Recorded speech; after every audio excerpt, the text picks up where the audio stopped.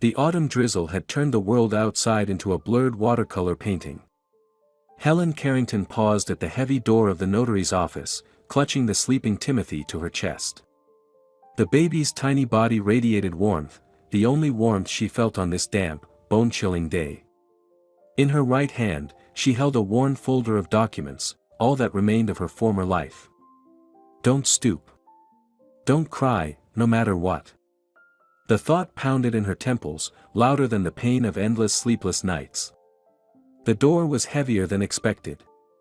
Helen hesitated, balanced between the past and the unknown. One more step, and there would be no turning back. She took a deep breath and pushed the door open with her shoulder. The reception area greeted her with the sterile cleanliness of an operating room, the kind where the past gets amputated. The secretary looked her over with a quick, assessing glance, a wrinkled coat, pale face, a baby wrapped in a simple blanket. "My name is Helen Carrington. I'm here for the will reading," she said, her voice steadier than she'd expected. The woman behind the desk nodded and pointed to a door at the far end of the hallway. "They're waiting for you. Everyone's already here." Everyone. The word burned. Helen knew exactly who they were. 3 years ago. The corporate party buzzed and sparkled like an expensive perfume, luxurious, and a bit overpowering. Helen, a fresh graduate from the economics faculty, stood near the buffet table, absent-mindedly watching the rainbow hues of the cocktails. Her new position as junior accountant and this first official company event made her feel like an imposter in a glittering world. Champagne. The husky baritone was so close, she could feel the warmth of someone's breath on her neck. She turned and met a steady pair of gray eyes. It was Caleb Clark, the company's co-owner, whose name was whispered in the halls with a mix of awe and curiosity. "Thank you," she said, accepting the glass, trying to keep her fingers from shaking. "Helen Carrington, right? Junior accountant?" He said her title with a hint of amusement. "Yes. I've been working here for 2 months."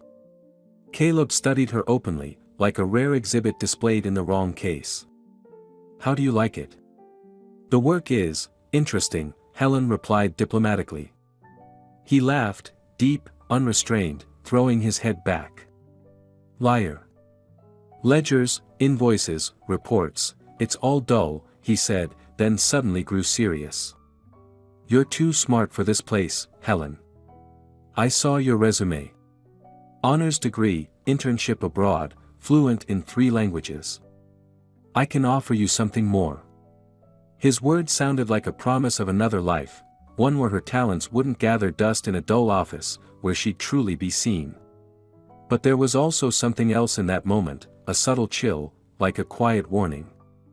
Helen brushed it off, like a fly that wouldn't leave her alone. 2 years ago. Vera Winslow's workshop was a perfect blend of creativity and order. Sunlight streamed in through the tall windows, gliding over neat stacks of fabric, mannequins, irons, and sewing machines. The air was filled with the scent of wool, cotton, and the subtle, sharp hint of the owner's perfume, something woodsy with an edge. Vera was bent over a jacket collar, her hands working with sharp precision.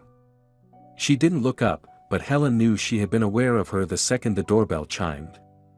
"Sit," Vera said, not unkindly, just stating the obvious. Helen perched on the edge of a chair, feeling like a schoolgirl summoned to the headmistress's office. After finishing a final stitch, Vera finally looked up. Her eyes were piercing blue, like shards of winter sky.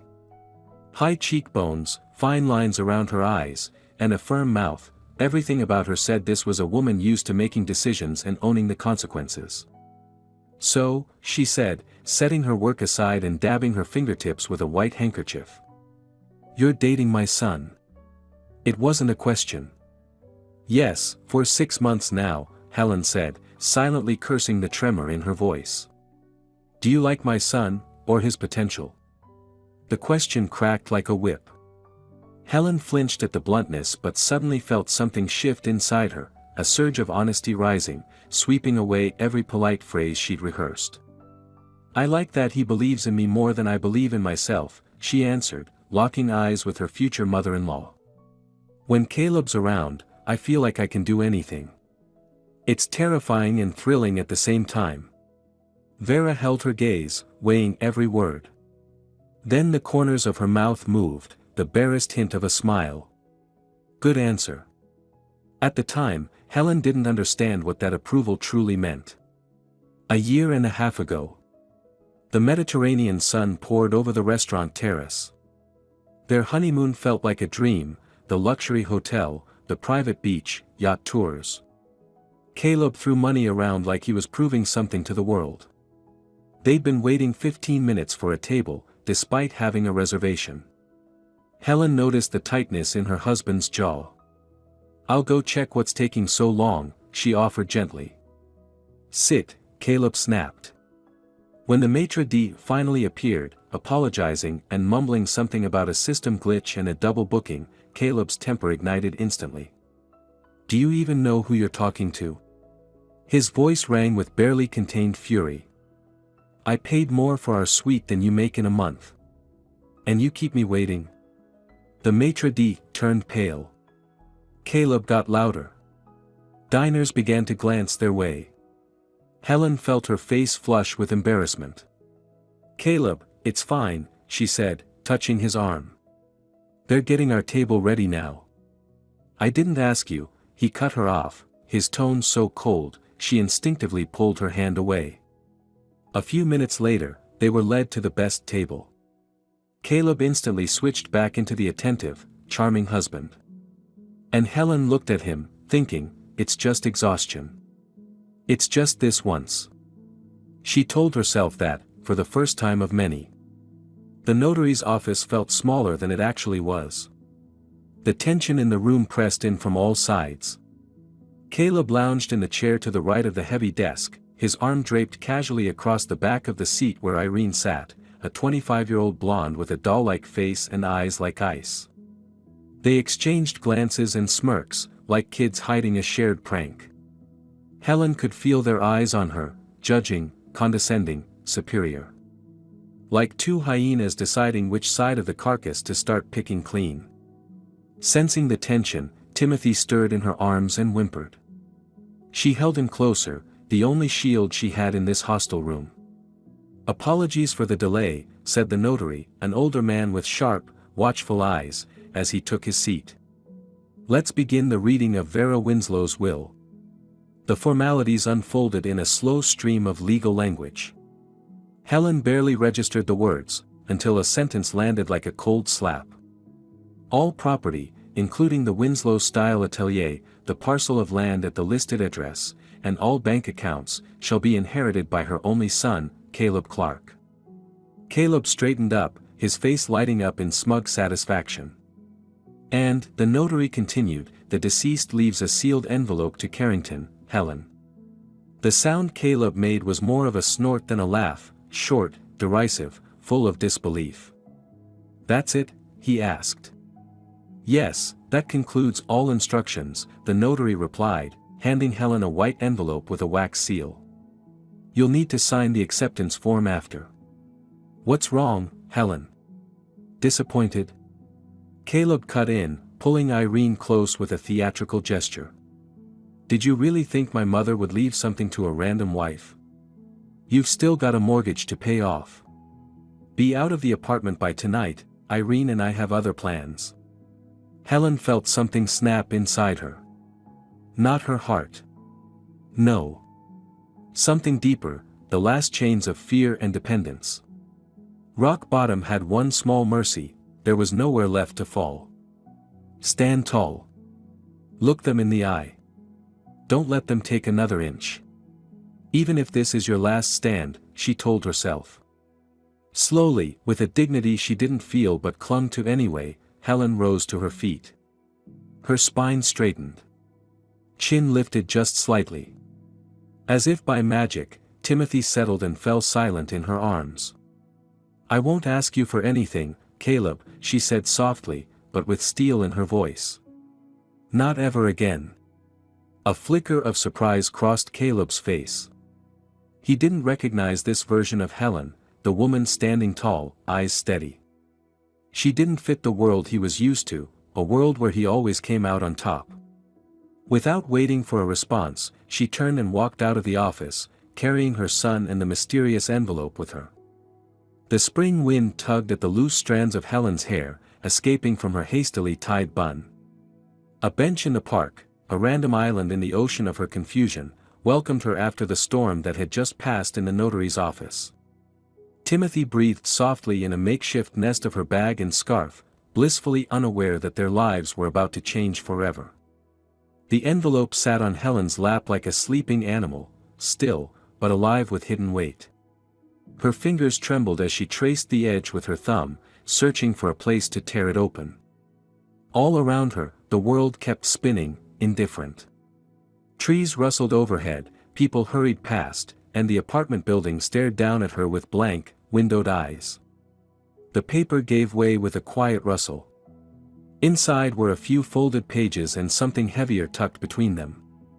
Helen unfolded the top sheet, instantly recognizing the bold, sweeping handwriting.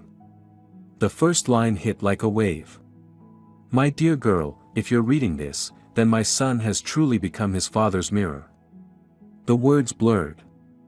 Helen blinked away the tears and kept reading. "And I couldn't stop it, even though I once swore to myself I would. We rarely win our deepest battles. That's a lesson I learned far too late." The wind picked up, biting through her coat, but Helen didn't feel the cold. Every word felt like a secret finally spoken aloud. "I've watched your pain for a long time, saw how my son slowly dimmed your light. But I also saw a strength in you that even you didn't know you had. That's why I quietly prepared a way for you and my grandson to start over. When you finish this letter, you'll have a choice, to accept my help, or to walk away. The decision is yours alone." Helen gently shifted Timothy onto the bench beside her, propping her bag beneath him for support, and sank fully into the letter. As the truth unfolded, her expression changed, disbelief turning into astonishment, then gratitude, and finally a complicated mix of fear and fragile hope. Vera had secretly paid off the mortgage on their apartment, making sure the paperwork was airtight. Caleb couldn't touch a cent of it. But that was just the beginning.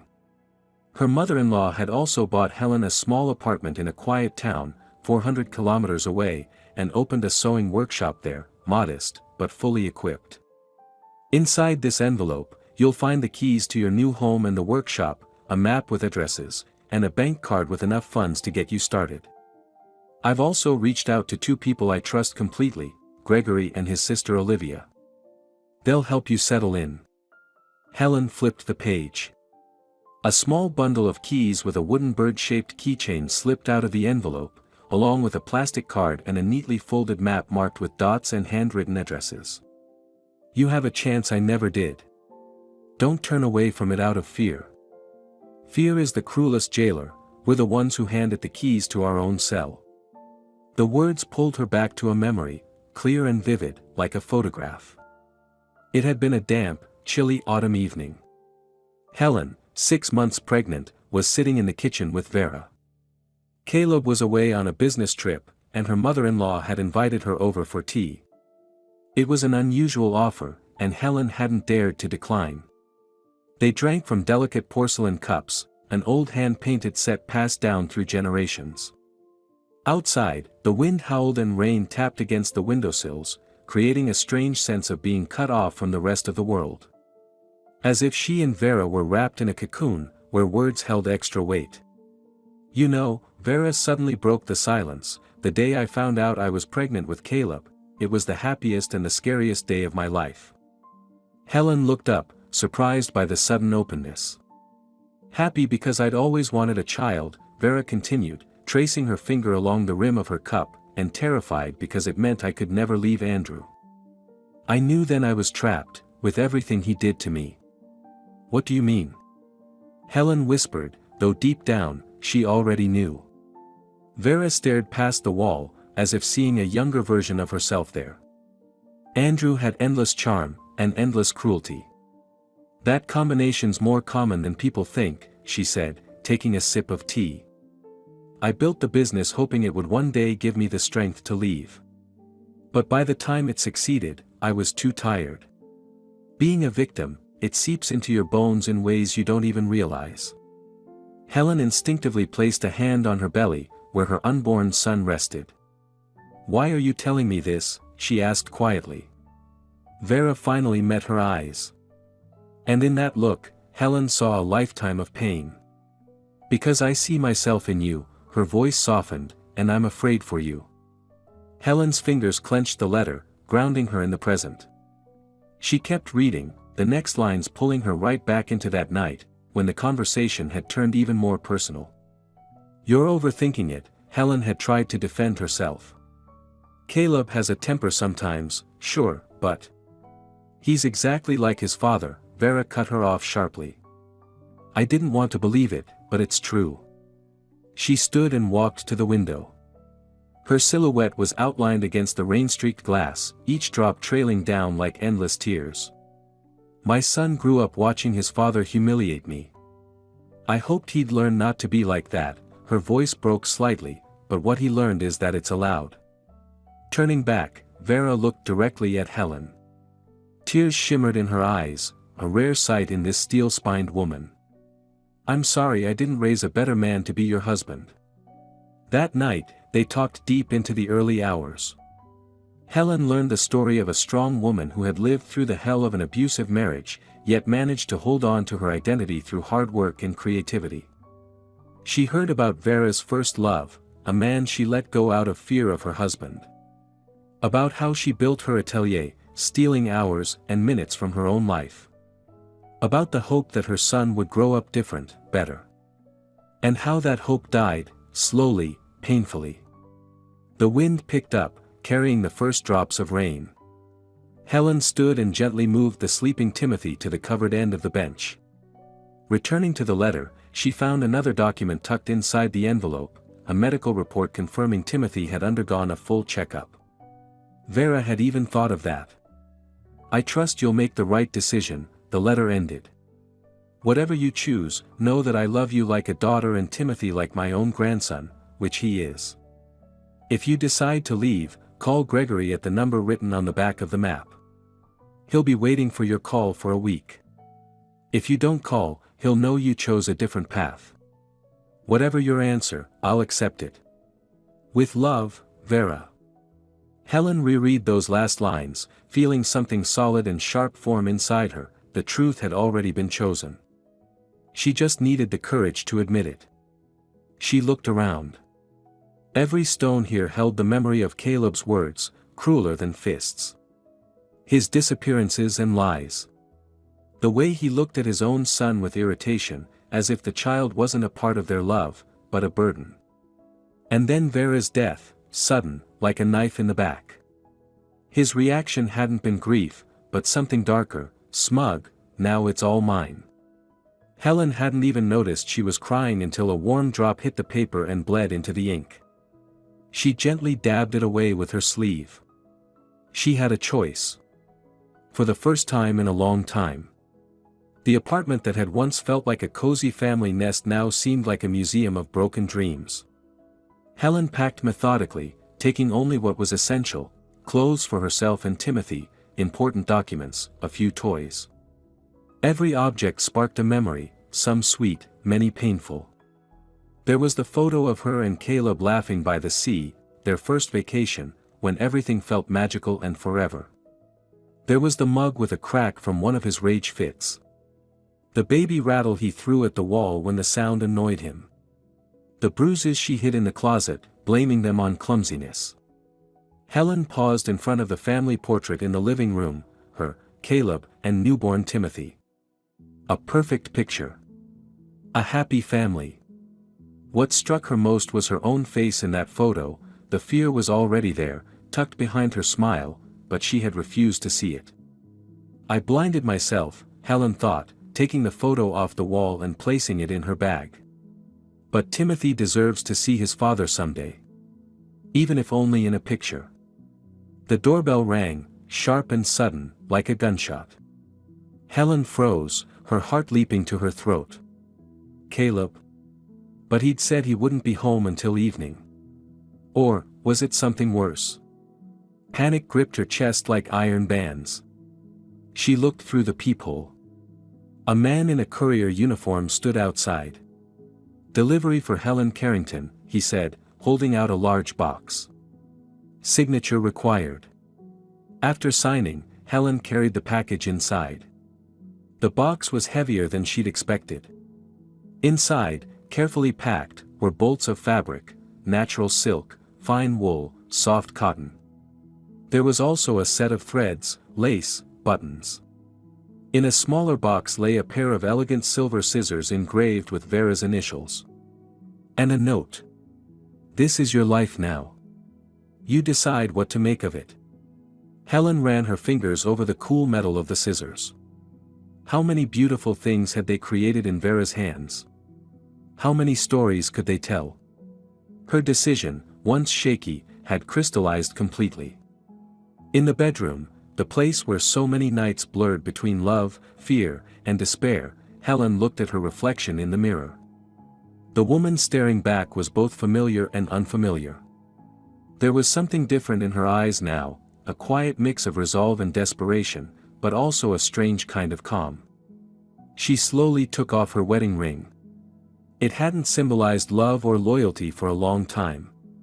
It had become something else, a mark of ownership, like a collar. Helen placed it on the vanity table, a small circle of gold that no longer held any power over her heart. 2 bags stood in the hallway, everything she was taking from her old life. In the baby carrier, Timothy slept softly, lulled by the rhythm of her final preparations. Helen lifted him gently, pressing his warm little body close to her chest. "We've got this," she whispered into his soft hair. "Mommy promises." She stepped out of the apartment without looking back. Some doors are meant to stay closed forever. The train pulled out of the station, slowly picking up speed. Its wheels tapped out a new rhythm, steady, persistent, irreversible. Helen stared out the window at the city fading behind her, its lights blending into a glowing ribbon in the distance. Timothy slept peacefully on the seat beside her, wrapped in a blanket. His calm, steady breathing was the most beautiful sound in the world, the sound of life moving forward. Her reflection in the glass overlapped with the passing landscape. Helen saw a strange mix in her face, fear and determination, like 2 different women staring back at her from the other side of the mirror. The woman she used to be, and the one she was about to become. Is it scary to start from nothing? She asked herself. Yes. But it's even scarier not to start at all. The last street lamp on the outskirts flashed by, and the train plunged into darkness, carrying her toward a new sunrise. The small town station greeted Helen with the smell of creosote, rust, and wet concrete. The cracked tiles on the platform, peeling paint on the walls, and dim overhead lamps all spoke of faded glory and long years of neglect. Timothy snuffled softly in her arms, unaware that their entire world had just flipped upside down. The first light of dawn tinted the eastern sky a pale pink. A few early passengers hurried off the platform, disappearing into the morning haze. A night of anxious thoughts and half-sleep on the train had left shadows under Helen's eyes and a dull ache in her chest. She walked slowly along the old station building, built, judging by its architecture, sometime in the 1950s. Faded grandeur clung to it, high ceilings, heavy columns, decorative plasterwork with stars and sheaves of grain, like something out of a black and white photo from another era. Beyond the station stretched a modest cityscape, 2- and 3-story buildings from another time, distant blocks of Soviet-style housing, factory smokestacks on the horizon. Above it all loomed a low gray sky, already heavy with the promise of rain by noon. God, where have I come to? The thought pulsed in her temples, blending with the growing fear inside her. Everything here felt so far from the neat streets, trendy shops, and cafes with French croissants back in the capital. Maybe this is a mistake, whispered a voice in her head. Maybe you should go back while you still can. Settle. Accept it. Timothy stirred, letting out a soft, sleepy protest. Helen adjusted his blanket and pressed a kiss to his forehead. Warm, familiar, that sweet smell of milk and something purely infant. His cheek was soft as a peach, and just as delicate. That fragile little life filled her with a sudden surge of strength. No, there was no going back. Only forward. For him. For the trust in his tiny arms curled around her. "Are you Helen, by any chance?" The quiet voice startled her. She instinctively pulled Timothy closer. A tall older man stood before her, dressed in a dark overcoat. His silver hair was neatly combed back, his posture upright despite his age. He held a cane with a silver handle. He radiated dignity, and a calm, grounded kind of strength. "Vera asked me to meet you," he added gently, seeing the uncertainty on her face. "I'm Gregory Carrington." All her senses were on high alert, like a cornered animal. Helen scanned the stranger nervously. His eyes, clear, amber-like strong tea, held intelligence and a quiet kind of sadness. That gaze didn't dissect her, didn't hunt for weaknesses the way Caleb's always had. It simply saw her, a tired woman holding a child, someone in need of help. "Yes, I'm Helen," she finally replied, feeling an unexpected trust toward this man. "Thank you for meeting us." Gregory gave a slight bow, old-fashioned, but somehow completely natural. "My car is just nearby. Let me help you with your bags." Helen noticed how he spoke, enunciating every word with the measured cadence of someone used to public speaking. The complete opposite of what Caleb had become, short, clipped commands, always edged with irritation. A vintage car the color of bottle green waited outside the station. Helen settled into the back seat, where the luggage had formed a makeshift nest for Timothy. As they drove deeper into the town, the world around her became clearer, like a photograph slowly developing in a darkroom. Cracked pavement. Peeling paint on building fronts. Generic shop windows. "Our town's seen better days," Gregory said as they passed crumbling brick buildings with shattered windows, silent remnants of a lost era. "We used to have a textile mill. It shut down in 1998. Helen looked out at the scenes of provincial life, grandmothers selling flowers, worn-out minibuses, elderly men on benches. Nothing like the rush of the capital. But then Gregory's voice shifted, warming. "It's quiet here. Safe. The people are kind. Everyone knows each other, not just by face, but by name. And most importantly," he glanced at her in the rearview mirror, "no one will find you here." Something in those words soothed her, like a heavy door slamming shut behind her, cutting off the past, but also keeping danger out. They turned onto a quiet street lined with linden trees.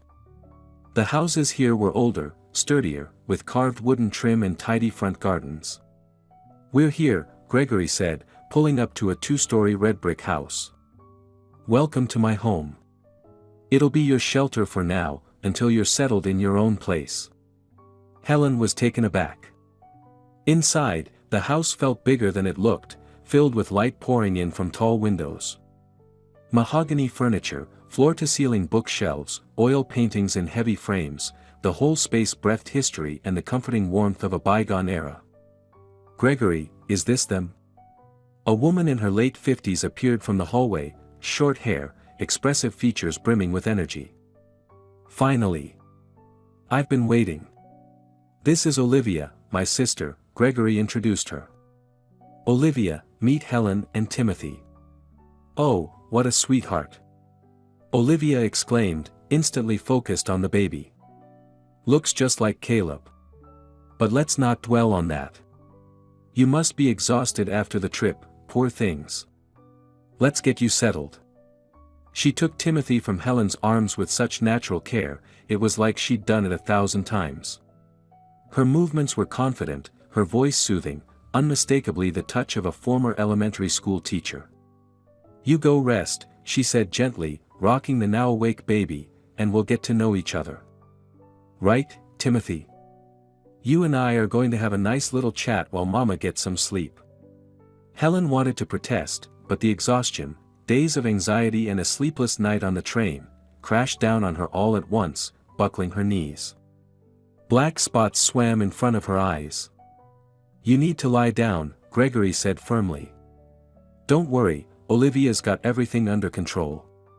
She raised 2 of her own and half a classroom of other people's kids. The guest room upstairs was bright and spacious. White curtains framed the windows, a lace-covered bed stood beside a writing desk that looked out onto an old apple orchard. Make yourself at home, Gregory said, gesturing toward the bathroom. Rest as long as you need. If you need anything, I'll be downstairs in the library. Left alone, Helen slowly sat on the edge of the bed. Silence wrapped around her, broken only by the ticking of an old clock on the wall and the distant cooing of pigeons. No city noise. No tension hanging in the air. No fear of hearing Caleb's footsteps in the hallway. And suddenly, in that quiet, the full weight of what had happened hit her. She'd left behind what looked, on the surface, like a stable life, for the unknown.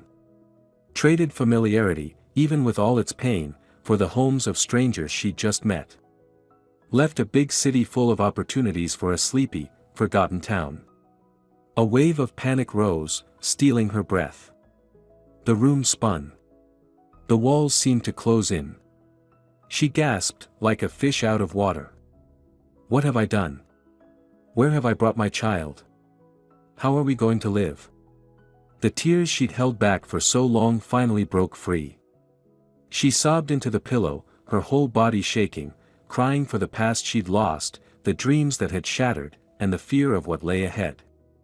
Everything she'd kept bottled up just to survive Caleb had burst loose. She didn't hear the soft knock at the door or see Olivia come in with a tray and a steaming cup of tea. Only when the mattress dipped beside her did Helen lift her tear-streaked face. Let it out, sweetheart, Olivia said gently, rubbing her back like a child's. Tears cleanse the soul. When you're done, drink this mint tea and get some sleep. Timothy's just fine, fed and fast asleep in my old nursery. Helen nodded, unable to speak through the lump of gratitude in her throat. She woke later, with the sun already low, bathing the room in warm, golden light. For a moment, she didn't remember where she was. Then it all came back, along with the worry for her son. Timothy's doing great, Olivia said from the armchair by the window. He's been napping, eating, and napping again. Right now, Gregory's showing him his mineral collection. The boy's absolutely fascinated with all the shiny stones. Olivia stood, poured a glass of water from a carafe, and handed it to Helen. Dinner's in 30 minutes. Just enough time to freshen up.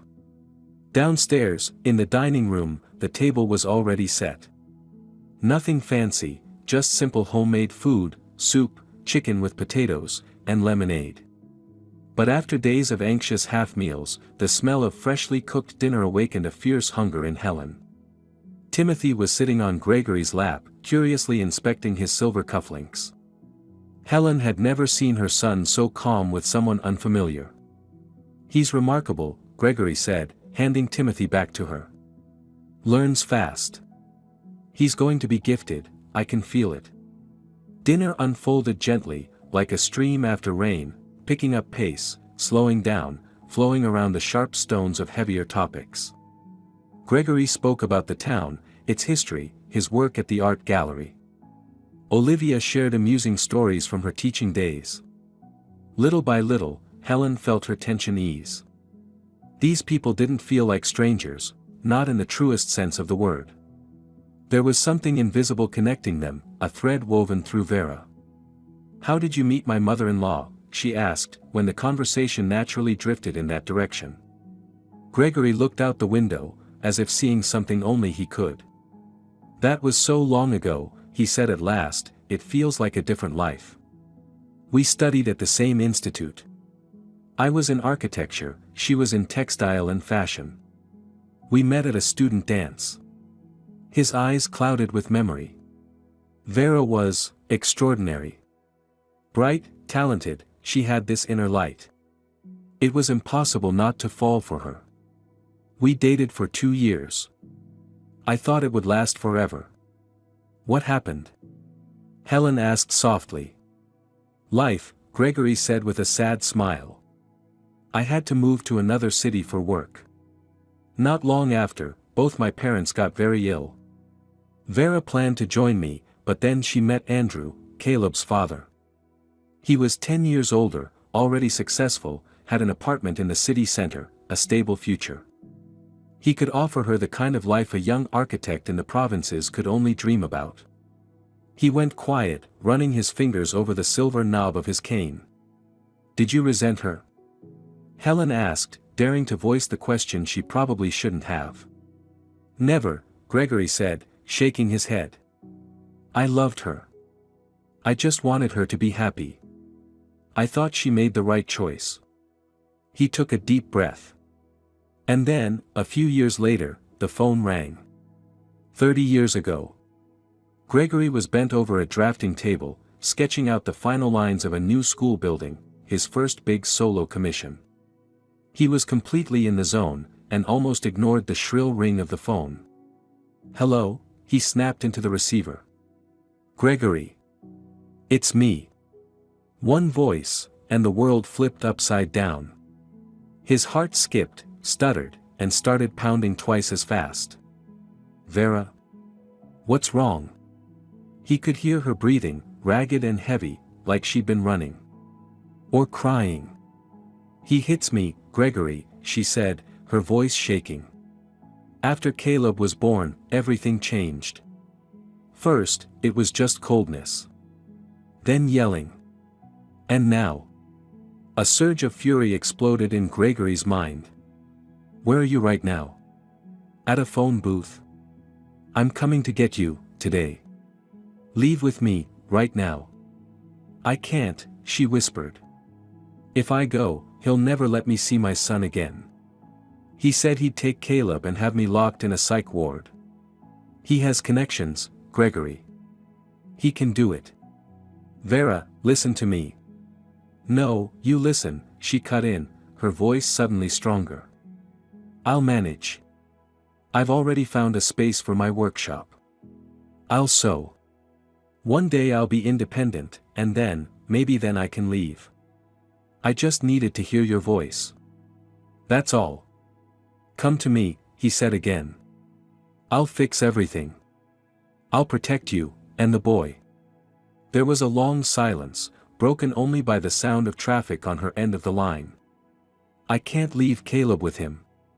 He's my son. Do you understand?" And he did. He didn't agree, but he understood.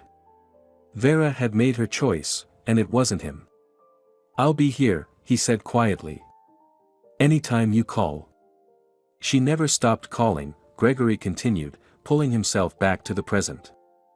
30 years of phone calls, letters, the rare visit. Life kept us apart, but fate gave us a way to stay in each other's lives, even from a distance. "You loved her all that time," Helen said. It wasn't a question. "How do you stop breathing?" he answered simply. And in those few words was a truth so sharp, so undeniable, that Helen couldn't speak. Vera's image began to shift in Helen's mind, not just a mother-in-law, but a woman with a tangled past, a love that never came true, a mother who gave everything of herself. Vera was becoming more real. More human. "When she told me about you," Gregory said, meeting Helen's eyes, "I understood right away. She saw herself in you. And she wanted to give you the second chance she never had." The next morning, after breakfast, they headed out to see the workshop. Timothy stayed behind with Olivia, who flat out refused to part with her charming young guest until at least lunchtime. The workshop was located in the old part of town, on the ground floor of a 2-story building with peeling plaster. A creaky door with a glass pane and a bell that jingled when opened made the place feel like a shop out of another century. Inside, it smelled of dust, aged wood, and something faintly like mothballs. The walls were scuffed, the linoleum faded, old sewing equipment lay under cloths, long untouched. 2 wide windows faced a quiet street, letting in enough natural light to work by. "It's not what you're used to," Gregory said, watching Helen's reaction, "but it's yours. No one can take it from you." Helen looked around. Compared to Vera's polished, high-end studio, this felt like a sad imitation. And yet, something stirred inside her, a strange mix of fear and anticipation. Here, everything would depend on her. She slowly walked through the room, brushing her fingers against the walls, getting a feel for the space. Beneath the dust and neglect, she could already see hints of what could be. Over there, mannequins. A working table by that wall. A small fitting area by the window. Nothing fancy, just a clean, warm place where people could feel welcome. Her eyes landed on a frame tucked among faded wallpaper. Helen stepped closer and wiped the glass with her sleeve. From the old, washed-out photograph, two young people looked back at her, Vera and Gregory, 30 years ago. She was slender, bright-eyed, smiling openly. He was tall, dark-haired, looking at her with unmistakable affection. "She wanted you to know, there's always a second chance," Gregory said softly, stepping closer. Vera believed that life doesn't end in a dead end. There's always another path, if you're brave enough to take it. Helen stared at the photo, feeling an odd connection to the smiling girl. "I won't let you down," she promised silently. Outside, a car pulled up. A worn sedan stopped right in front of the workshop.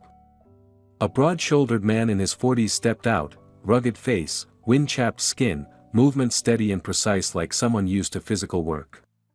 He opened the trunk and began unloading boxes, the very ones Helen had shipped from her old apartment in advance. "Dominic," Gregory called out, right on time. "Give us a hand, would you?" The man looked up, eyes settling on Helen. His gaze was curious and warm, not laced with the usual male intent, more friendly than anything else. "New in town?" he asked, carrying in the first box. "Doesn't happen often. Especially someone as pretty as you." Helen blushed, caught off guard. It had been a long time since anyone paid her a simple, harmless compliment. "Welcome," he added, setting the box down. "I'm Dominic. Used to be the lead technologist at the mill. Now I do odd jobs and drive folks around. If you need anything, trip to the next town or help moving a wardrobe, I'm your guy." His handshake was firm and warm, the hand of someone who'd spent a life working honestly. And for some reason, Helen immediately believed she could count on him. Evening settled over the small town, gently quieting the buzz of the day. From the window of her new apartment, a modest two-bedroom in a red brick 5-story building, Helen watched as the streetlights flickered on one by one. Across the street, windows began to glow, casting warm rectangles of light into the darkening world. Timothy slept peacefully in a makeshift crib, a large cardboard box lined with a blanket. Tomorrow, Dominic was bringing a crib Olivia had found through one of her friends. The apartment felt bare, just a mattress on the floor, a few boxes, a kitchen table, and 2 stools. But here, Helen could breathe freely, without fear, without humiliation. She pulled her sewing machine out of a box, a gift from Vera. Her fingers brushed across its smooth surface, sensing the quiet strength inside it.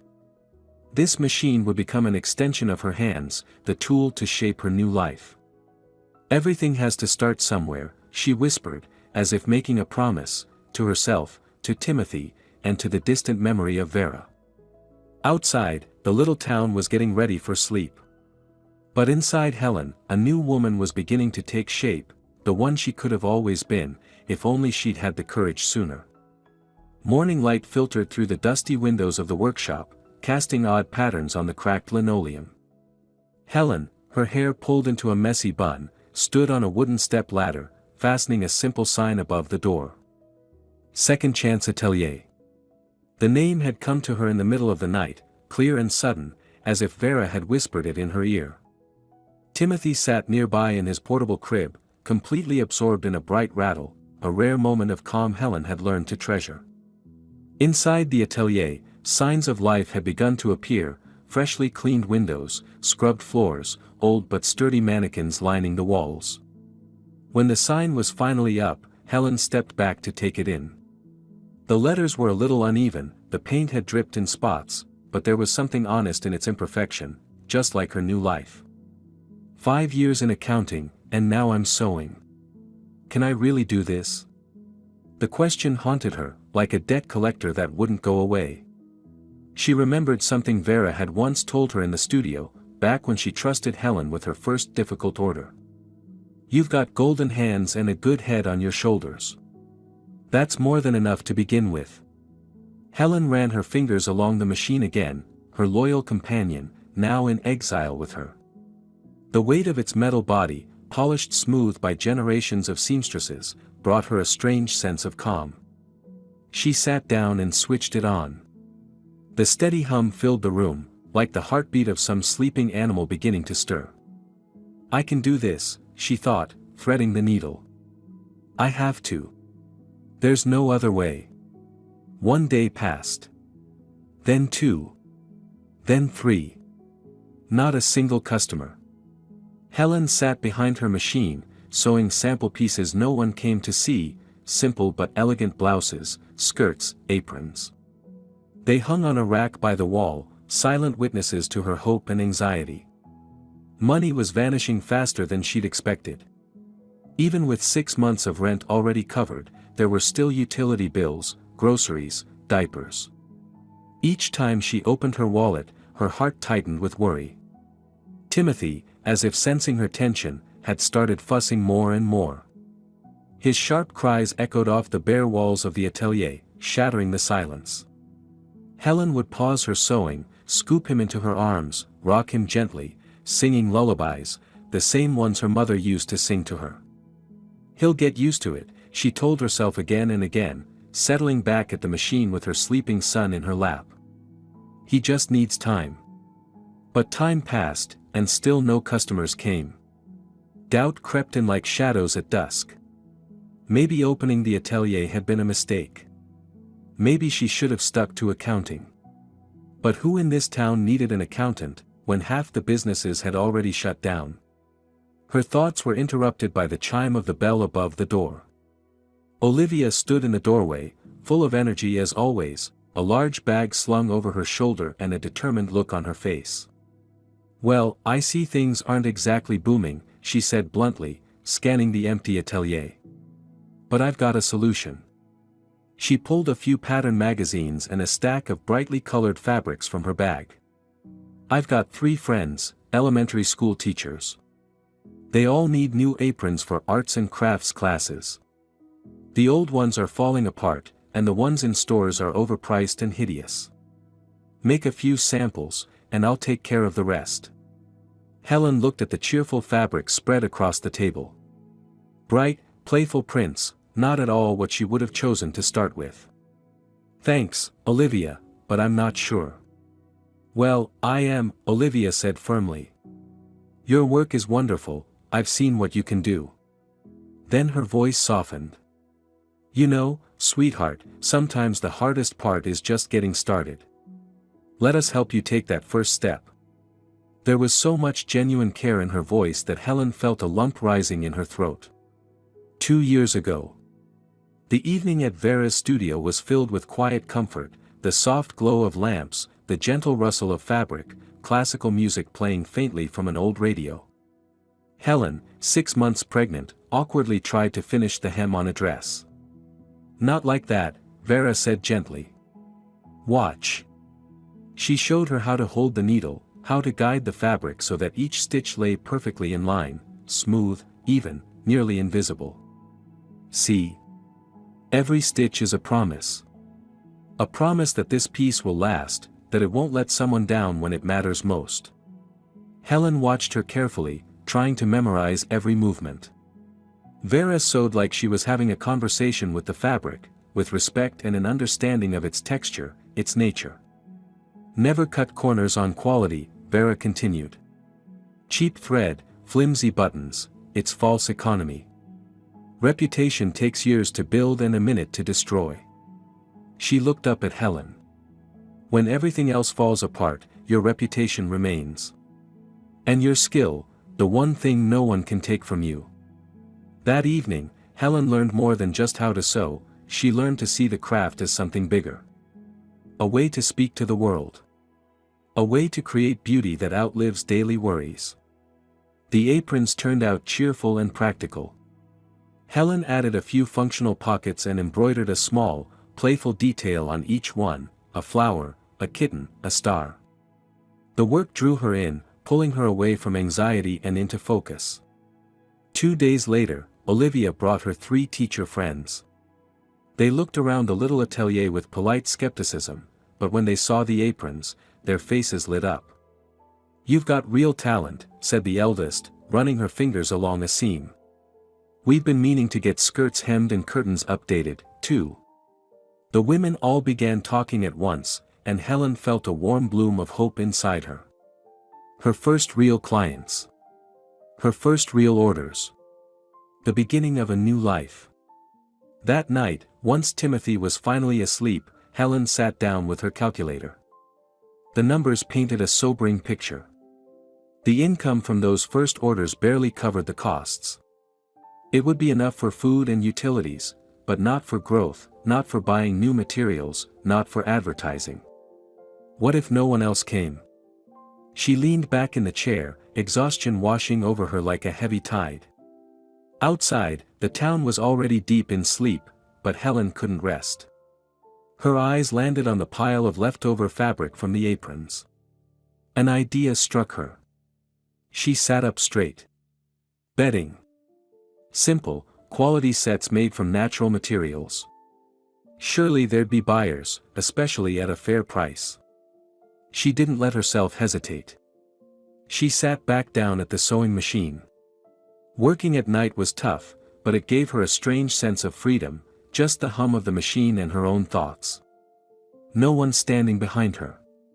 No one criticizing every move. No one telling her she wasn't enough. By morning, the first set was done. Simple, tasteful, with clean finishes and perfect stitching.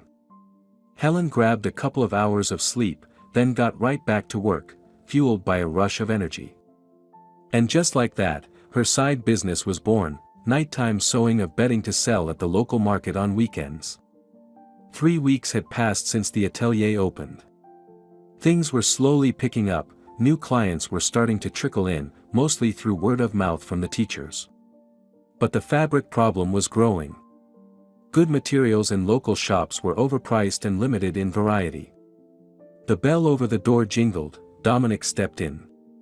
He looked around, taking in the changes, new curtains, displayed samples, the first happy customer photos pinned to a small corkboard. "Not bad," he nodded approvingly. "But still missing something." "Fabric," Helen sighed. "Good, affordable fabric. I have so many ideas, but I can't make them real without the right materials." She trailed off, noticing the look on Dominic's face, like a man who just had a brilliant idea. "Listen," he said, lowering his voice like he was sharing classified intel. "I still have contacts at the mill's warehouse. They've got off-spec rolls, nearly free. The quality's great, but they didn't meet big orders. Maybe the color was a shade off, or the print was slightly misaligned, or it's just the end of a batch. I can help get it delivered." Helen raised an eyebrow, skeptical. "You're serious? But, is that even legal?" Dominic laughed, open, genuine, not the least bit offended. "Of course it's legal. They just don't want to deal with small batches. Easier to write it all off. Small businesses like yours can't even get through the front door. I'm just offering a shortcut through the red tape." The offer seemed too good to be true. But Helen was beginning to understand that in a small town, things didn't always work by the book, they ran on connections and quiet agreements. "If it's really possible," she began. "I'll bring the first samples tomorrow," Dominic cut in, firm and confident. "See them for yourself and decide." Things moved fast from there. The fabrics from the mill were incredible, high-quality natural materials, unique textures and colors Helen had only dreamed of. And the price? Laughably low, half, sometimes a third of what shops were charging. With new materials in hand, her creativity took flight. Helen began sewing sample pieces, elegant blouses, practical skirts, cozy loungewear sets. Each item showed care, thought, and the craftsmanship Vera once told her defined real quality. The response exceeded all expectations. Glowing feedback from her first customers spread quickly. In a small town, word of mouth worked better than any advertisement.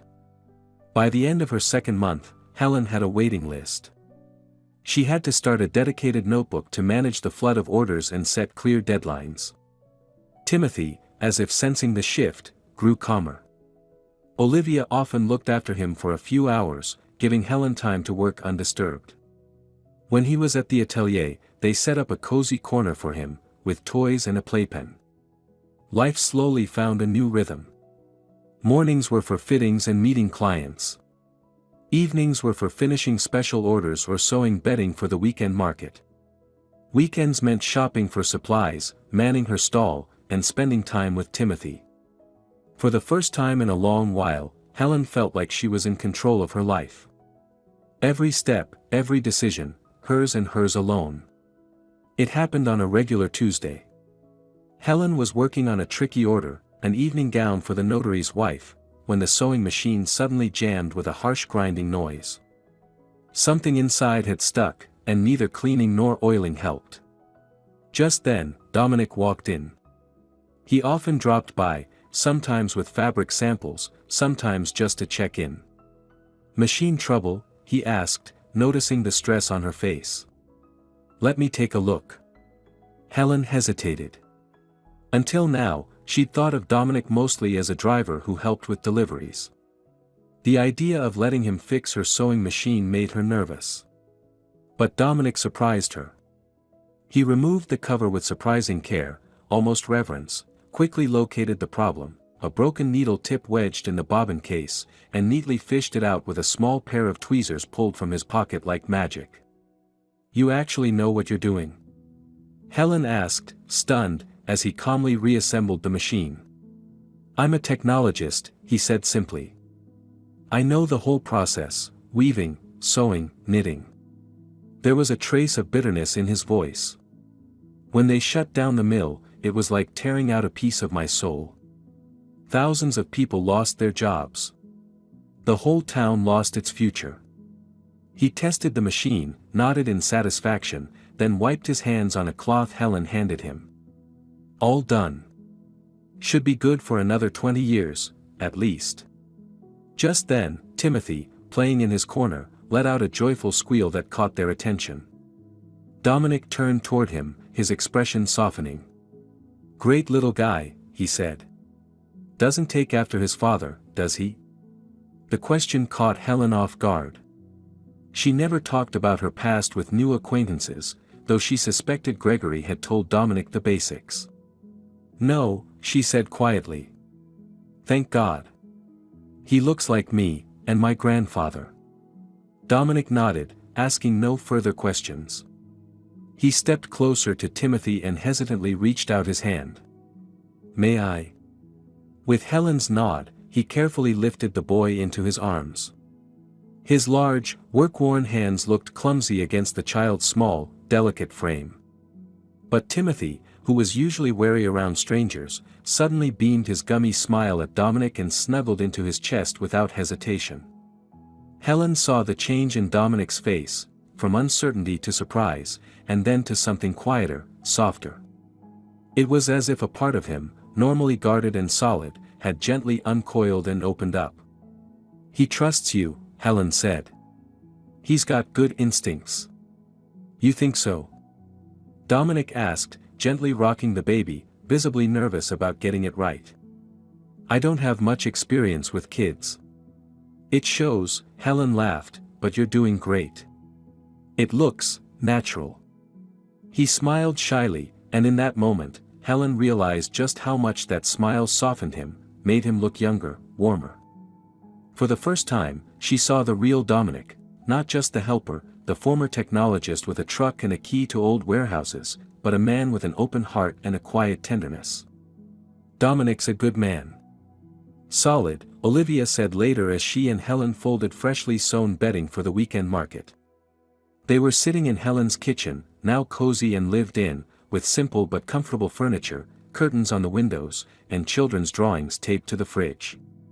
Timothy didn't draw yet, of course, but Olivia insisted it was never too early to get used to such things. "He's at your atelier more than at his own home," she added, sneaking a sideways glance at Helen. "And yesterday I saw him changing the light bulb in your hallway. And the way he looks at you." "Stop, Olivia," Helen interrupted. She could feel the flush rising in her cheeks. "I just got out of something awful. I'm not ready for anything new. And how can I ever trust again? What if he turns out to be just like Caleb?" Olivia stopped folding and looked at her seriously. "You can't judge every man by one bad one. That's like wearing a winter hat your whole life just because you caught a cold once." "It's not about trusting men," Helen said softly. "It's about trusting myself. Trusting my judgment. I already made one mistake, and the price." She trailed off, her eyes drifting to Timothy sleeping peacefully in his crib. "The price was too high." "I understand," Olivia nodded. "But don't let fear run your life. Otherwise, you'll always be looking over your shoulder." Those words stayed with Helen for a long time, making her reflect on the nature of trust and fear. Was Olivia right? Was it truly possible to trust again without turning your life into a constant wait for the next blow? The letter arrived in early autumn, just as the trees began to shift into their golden and crimson coats. A formal envelope bearing the court seal was waiting in the mailbox when she returned from the atelier. Helen held it for a long while, unable to open it. What was inside felt like it could release the ghosts of a past she'd spent months outrunning. Finally, she tore it open. It was a notice. The divorce hearing had been scheduled for 2 months from now. Caleb had found her, or rather, his lawyer had. They'd figured out a way to serve the papers legally. Now she'd have to step back into her past, even just for a day, and face him. That evening, she gathered an impromptu council: Gregory, Olivia, and Dominic, who, over these past few months, had become part of their small, chosen family. "You need a good lawyer," Gregory said firmly. "I know someone. Not cheap, but worth it." "I have some savings," Helen nodded. "If you need a ride," Dominic added, "to court or to the lawyer's office, I'll take you." Their readiness to help, without hesitation, without conditions, hit Helen like a wave. These people, who had been strangers not so long ago, had become her family. Not by blood, but by choice, by care. "Thank you," she managed to say. "I don't know how to." "Stop," Dominic cut her off with a wave. "We're your people. Your people." Such simple words, and yet they warmed her from the inside, like a sip of hot tea on a cold winter day. That night, long after everyone had gone home, Helen couldn't sleep. The thought of seeing Caleb again didn't just make her anxious, it filled her with a deep, physical dread. What if, the moment she saw him, she crumbled? What if all this healing was just an illusion, and one look from him would tear it all down? What if she became her again, the small, scared woman who'd trade her soul for a moment of approval? She stepped out onto the tiny balcony. The night air was crisp and clear.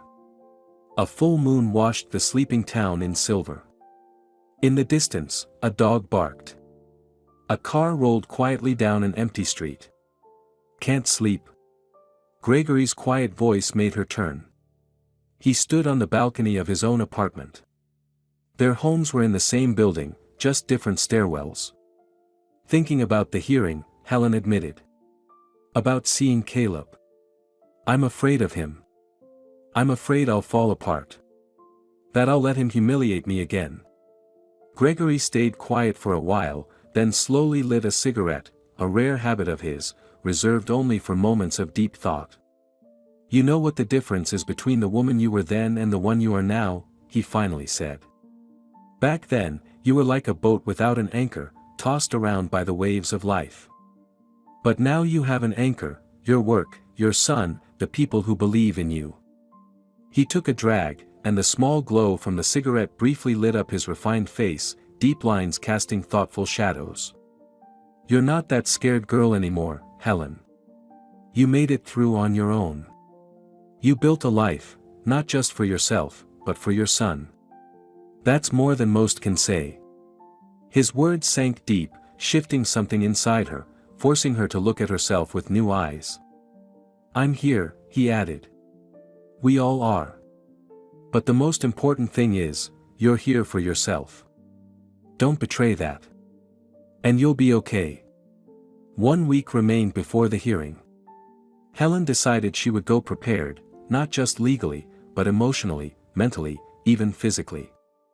She began sewing herself a suit, something simple, elegant, and powerful. Dark navy blue. Perfectly tailored to her figure. Subtle details that highlighted her strengths and softened her flaws. She worked on it at night, pouring strength into every stitch. This suit would be her armor, not against bullets, but against words, against glances, against whatever attempt might come to break her down. Now, she stood in front of the mirror, trying on the finished piece. The woman staring back at her wasn't the same. Her back was straight.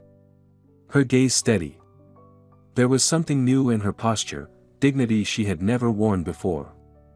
A woman who had rebuilt her life from the broken pieces of her past. Helen ran her hand along the flawless seam of the lapel. Memories of Vera's lessons came rushing back.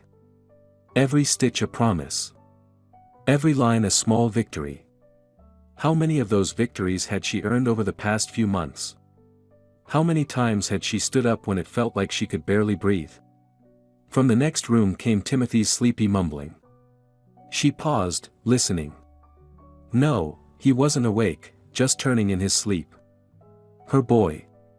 Her anchor. Her reason.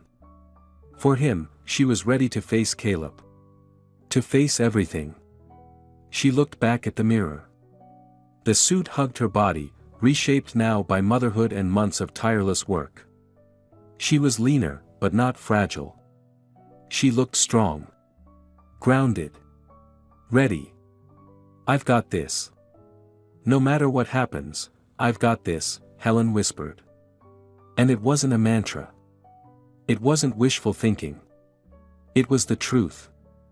Those words weren't a pep talk, they were a fact. Like the sun rising in the east, or water flowing downhill. A simple, undeniable truth. Helen squared her shoulders and stood even taller. Tomorrow, she'd meet with the lawyer. Then a trip to the regional center for a preliminary consultation. And in a week, the hearing. The confrontation with her past, the one she had feared so much, but no longer ran from. A strange calm settled in her chest. Not peace, no, this wasn't peace. It was the calm of a surgeon before a critical operation, steady, clear, and focused. What needed to be done would be done. "I can do this," she said again, and this time, it sounded like a promise. To herself. To her son. To the woman who once believed in her enough to give her a second chance. Morning came gray and heavy. Low clouds dragged across the sky like scraps of foggy thoughts through a weary mind.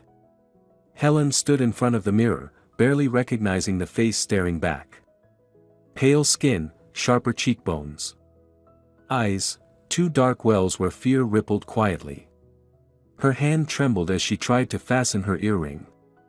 Such a small, ordinary task, suddenly impossible. Maybe she should call. Reschedule. Find a reason, any reason. The thought buzzed inside her skull like a fly against glass. She could go back to the safe cocoon of her new life. Pretend the other world didn't exist, the other Helen, crushed, humiliated, obedient. A sharp cry came from the nursery. Timothy, awake earlier than usual. Helen rushed to him. He was restless in his crib, cheeks flushed, forehead hot. That eerie intuition babies have, the mirror of a mother's anxiety. It was as if he had absorbed her fear and turned it into fever. "Shoo, baby, SH," she whispered, holding him close. "It's okay. Mama's here." The words, meant for him, steadied her too. "It's okay. It has to be. She'd come too far to let fear steer the wheel now.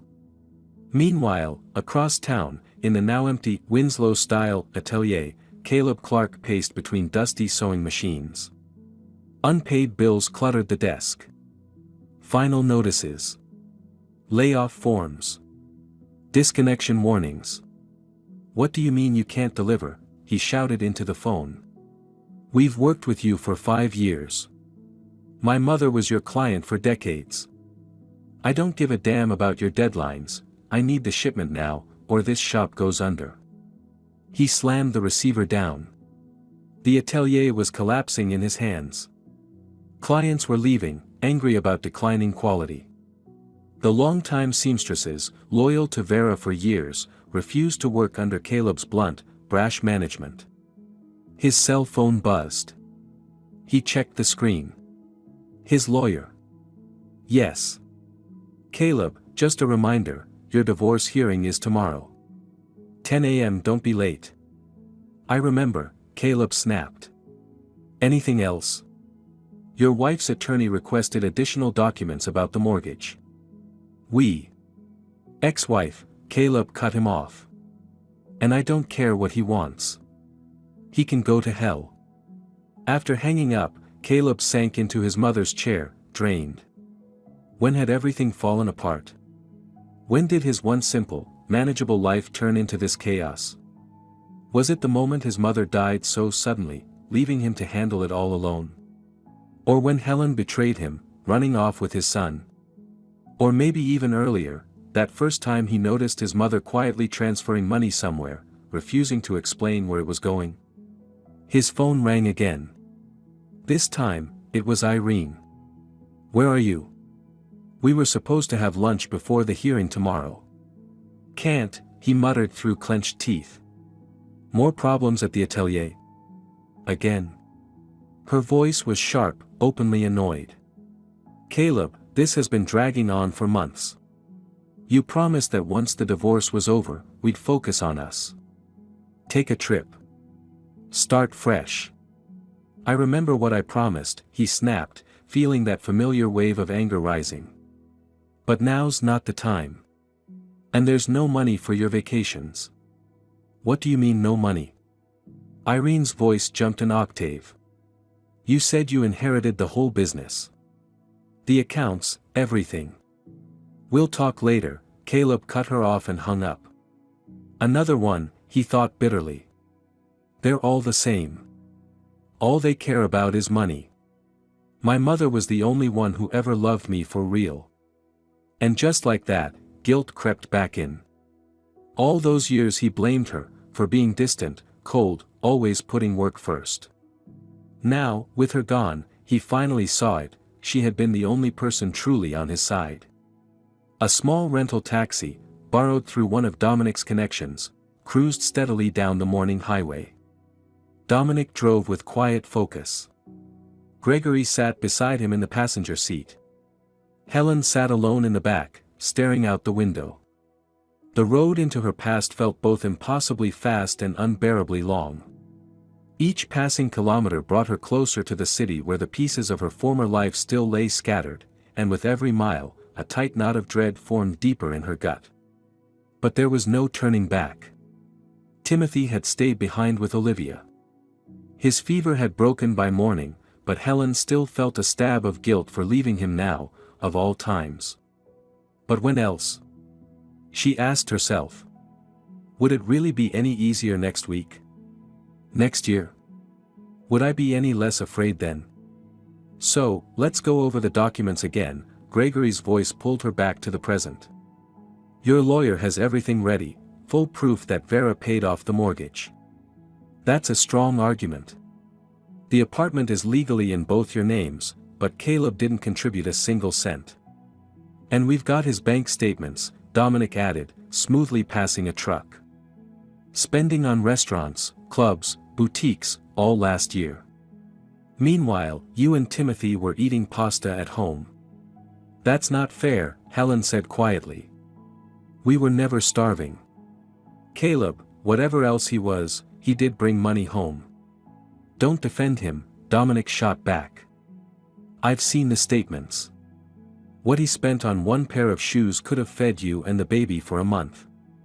And that's with his mother, your mother-in-law, living in the same city. Dominic, Gregory said gently, placing a hand on his shoulder. Ease up. It's already hard enough for Helen. Dominic instantly realized he'd gone too far and gave Helen an apologetic glance in the rearview mirror. Sorry, Helen. It's just, it makes me sick to think that guy, he caught himself, searching for a cleaner word, man could still hurt you. Or Timothy. He won't, Gregory said firmly. We won't let that happen. Helen gave a small, grateful nod.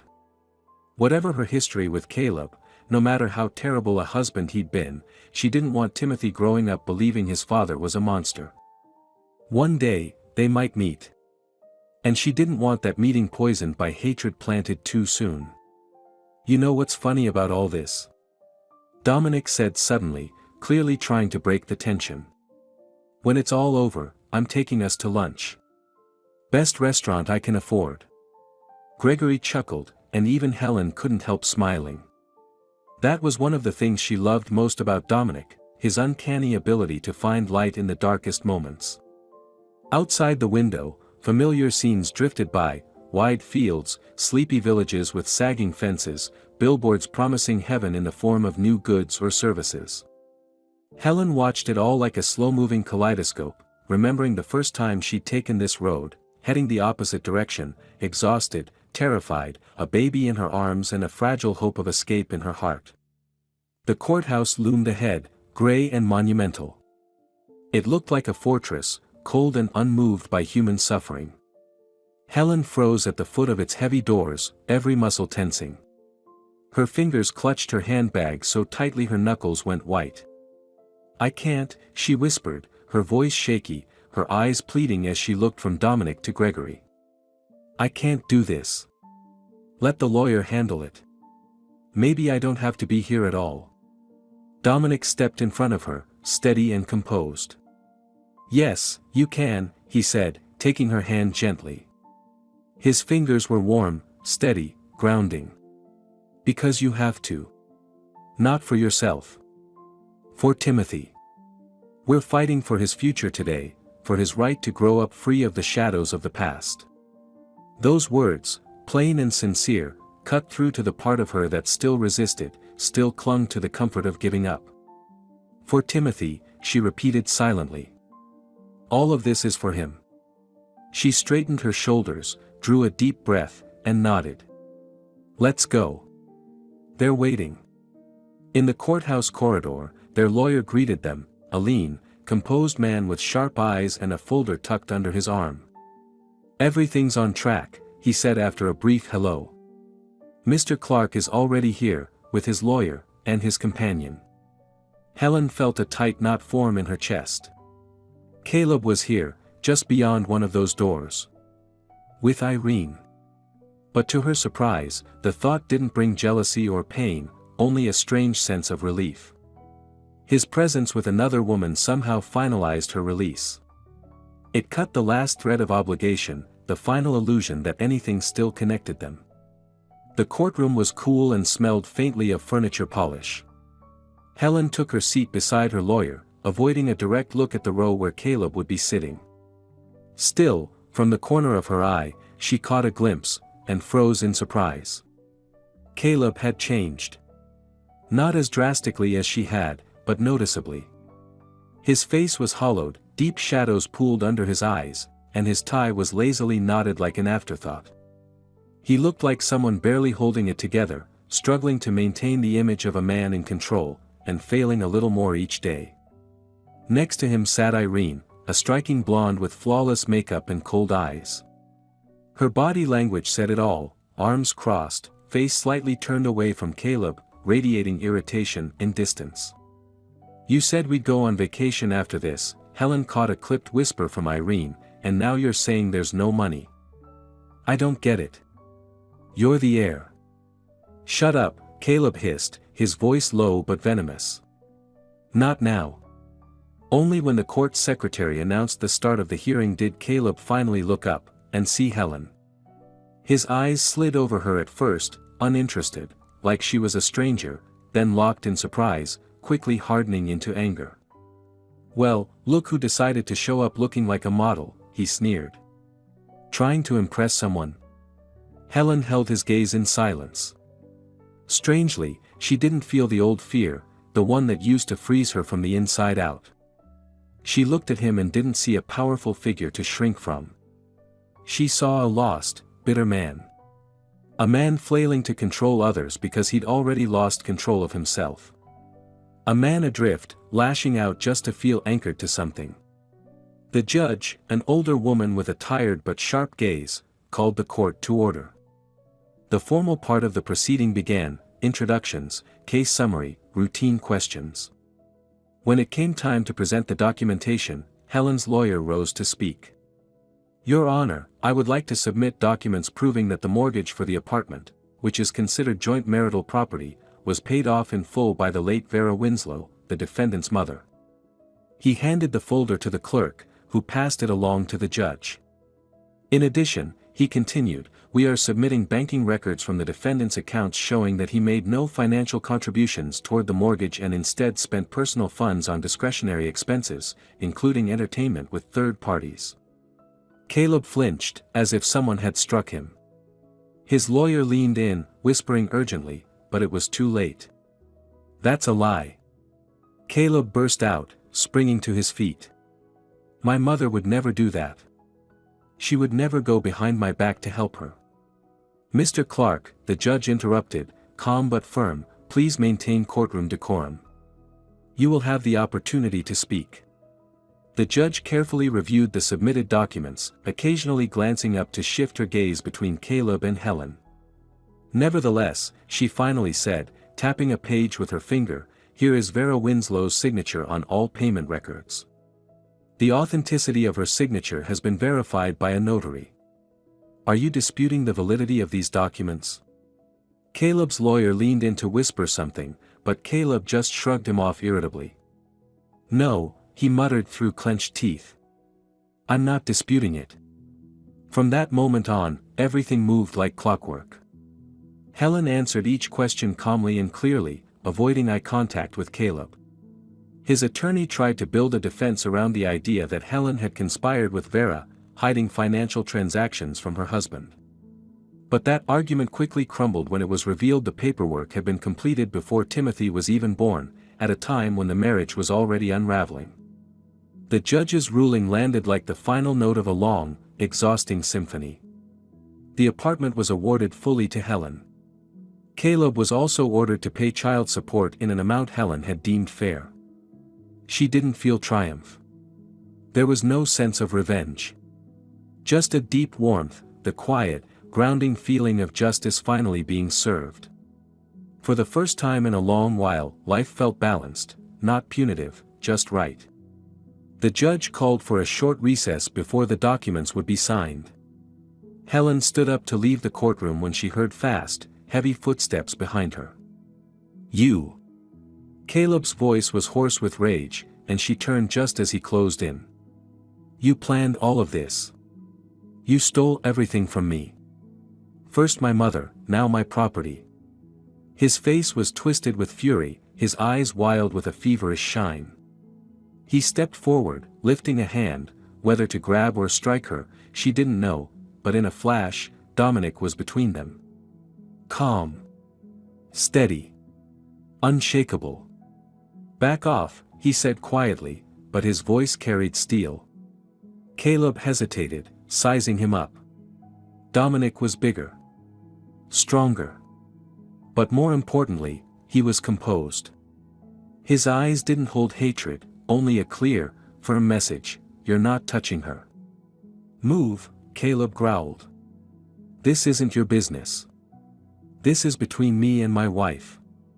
"Ex-wife," Dominic corrected, his tone even. "And it is my business. Helen and Timothy, they're my family now." Those words, spoken plainly, without drama or mockery, hit Caleb harder than any insult. He seemed to deflate, like a prop sword bent under pressure, all rage drained out, leaving only bitterness and defeat. "I knew it," he spat, no longer really speaking to Helen but to some twisted memory in his head. "You're just like the rest. Use me up and leave. Just like my mother left my father. Just like all of you do."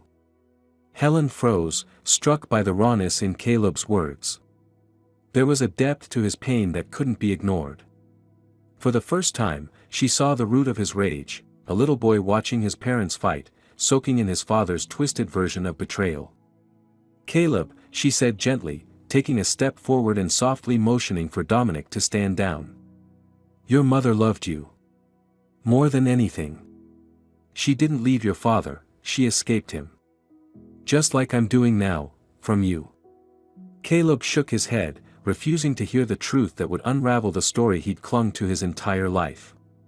"She always put work first. She was cold. Distant. My father loved her obsessively, his whole life."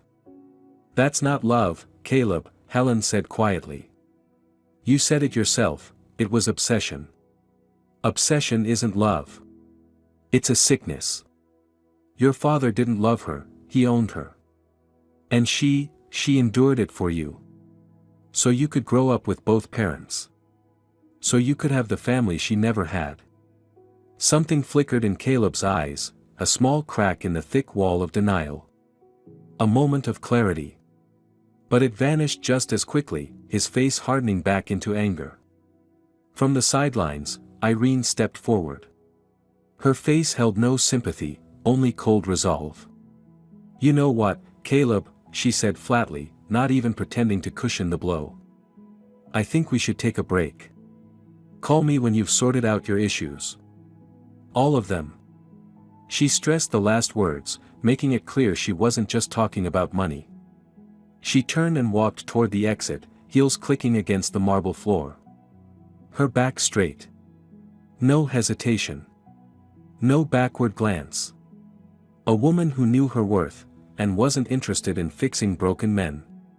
Caleb watched her go with the look of someone who just had the last support beam ripped out from under them. Something close to panic shimmered in his eyes. "The documents are ready for signing," the court clerk said, appearing in the doorway. "Both parties, please return to the courtroom." The drive home was quiet, not heavy, but cleansing. Like the hush after a thunderstorm. They'd been on the road for hours, the highway winding through fields and forest. The sun dipped toward the horizon, casting the world in warm golden light. Helen sat with her head against the window, tears sliding silently down her cheeks. Not from grief. Not from pain. From relief. A weight she'd carried for years had finally lifted. And now she could stand tall and breathe again. Dominic drove silently, giving her space. Gregory, sitting beside her, gently wrapped an arm around her shoulders. "It's over now, sweetheart," he said softly. "You did it." Helen nodded, wiping her face. She did it. She didn't break. She didn't give in to fear. She didn't let the past write her future. She stood her ground. And she won, not against Caleb. Against her own demons. "Do you think," she asked once the wave of emotion had passed, "he'll ever change? Become a real father to Timothy?" Gregory looked thoughtfully out the window. "People can change, Helen. Sometimes, something like today is the wake-up call they need. But real change, real growth, takes time, and a lot of work. And they have to want it themselves. I hope Timothy gets to know his father someday," she said softly. "Not now. But, when Caleb is ready. If he's ever ready." It was Dominic who finally spoke, his voice calm but firm. "That's a generous thing to say. After everything he's done." "It's not about generosity," Helen said, shaking her head. "It's about what's right for Timothy. Every child deserves to know where they come from. Even if their parents are flawed. Even if they've made mistakes. We're all just trying to figure out how to be human, aren't we?" Her words lingered in the air, carrying a quiet wisdom shaped by pain she had survived. Dominic caught her gaze in the rearview mirror, and in that silent exchange was more than words could ever express. Respect. Admiration. And something else, deeper, something neither of them was ready to name just yet. The road stretched out ahead, a long gray ribbon of asphalt leading away from the past and into the future. Trees lined the roadside, standing like quiet sentinels guarding the path home. And for Helen, that word, home, had taken on a new meaning. Not walls. Not furniture. Not an address in a passport. Home was the place where you could simply exist. Where you didn't have to shrink into yourself from fear. Where you were seen, completely, and accepted, scars and all. That evening, they took the train home. After an emotionally draining day, they decided to leave the car with one of Dominic's friends in the regional center. The gentle rhythm of the train wheels rocked the passengers like a lullaby. Helen sat by the window, watching the landscape slide by in sunset hues. Tiny stations flickered like fireflies in the summer dusk. Timothy was waiting for her at home, and that thought filled her chest with warmth, washing away the last hints of tension. "You know," she said suddenly, breaking the peaceful silence, "I feel like I've been born again. Like my past happened to a different woman. Someone I barely recognize." Dominic, sitting across from her, looked at her with a quiet intensity, his gaze full of tenderness, admiration, and something more. "That's exactly what it is," he said softly. "From now on, it's only the future." Those simple words sounded like a promise, like an unspoken vow. From now on, only the future. Not a vague dream, but something real. Something they could build, day by day, brick by brick. The train carried them into deepening twilight, leaving behind the city where a part of her life had ended. A city that no longer had power over her. Ahead lay a new world, one she had built with her own hands. A world where she was no longer a victim of circumstance, but the author of her own story. Helen closed her eyes, letting herself sink into this unfamiliar, wonderful feeling of freedom. The image of Caleb, lost, broken by his own demons, faded from her mind, replaced by thoughts that truly mattered. New orders at the atelier. Timothy's first words.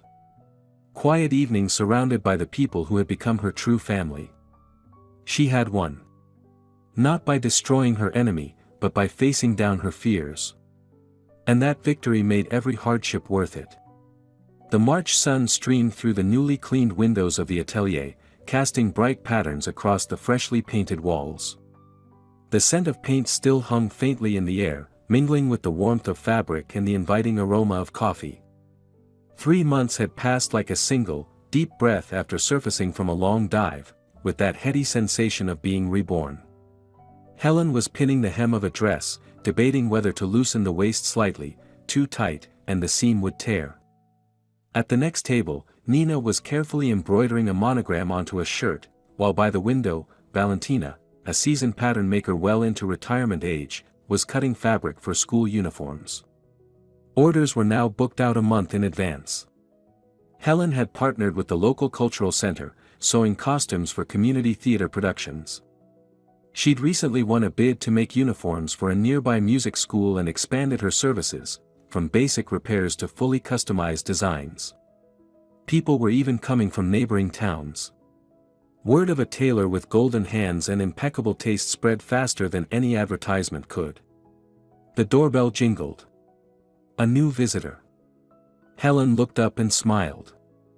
There stood Dominic, holding Timothy by both hands.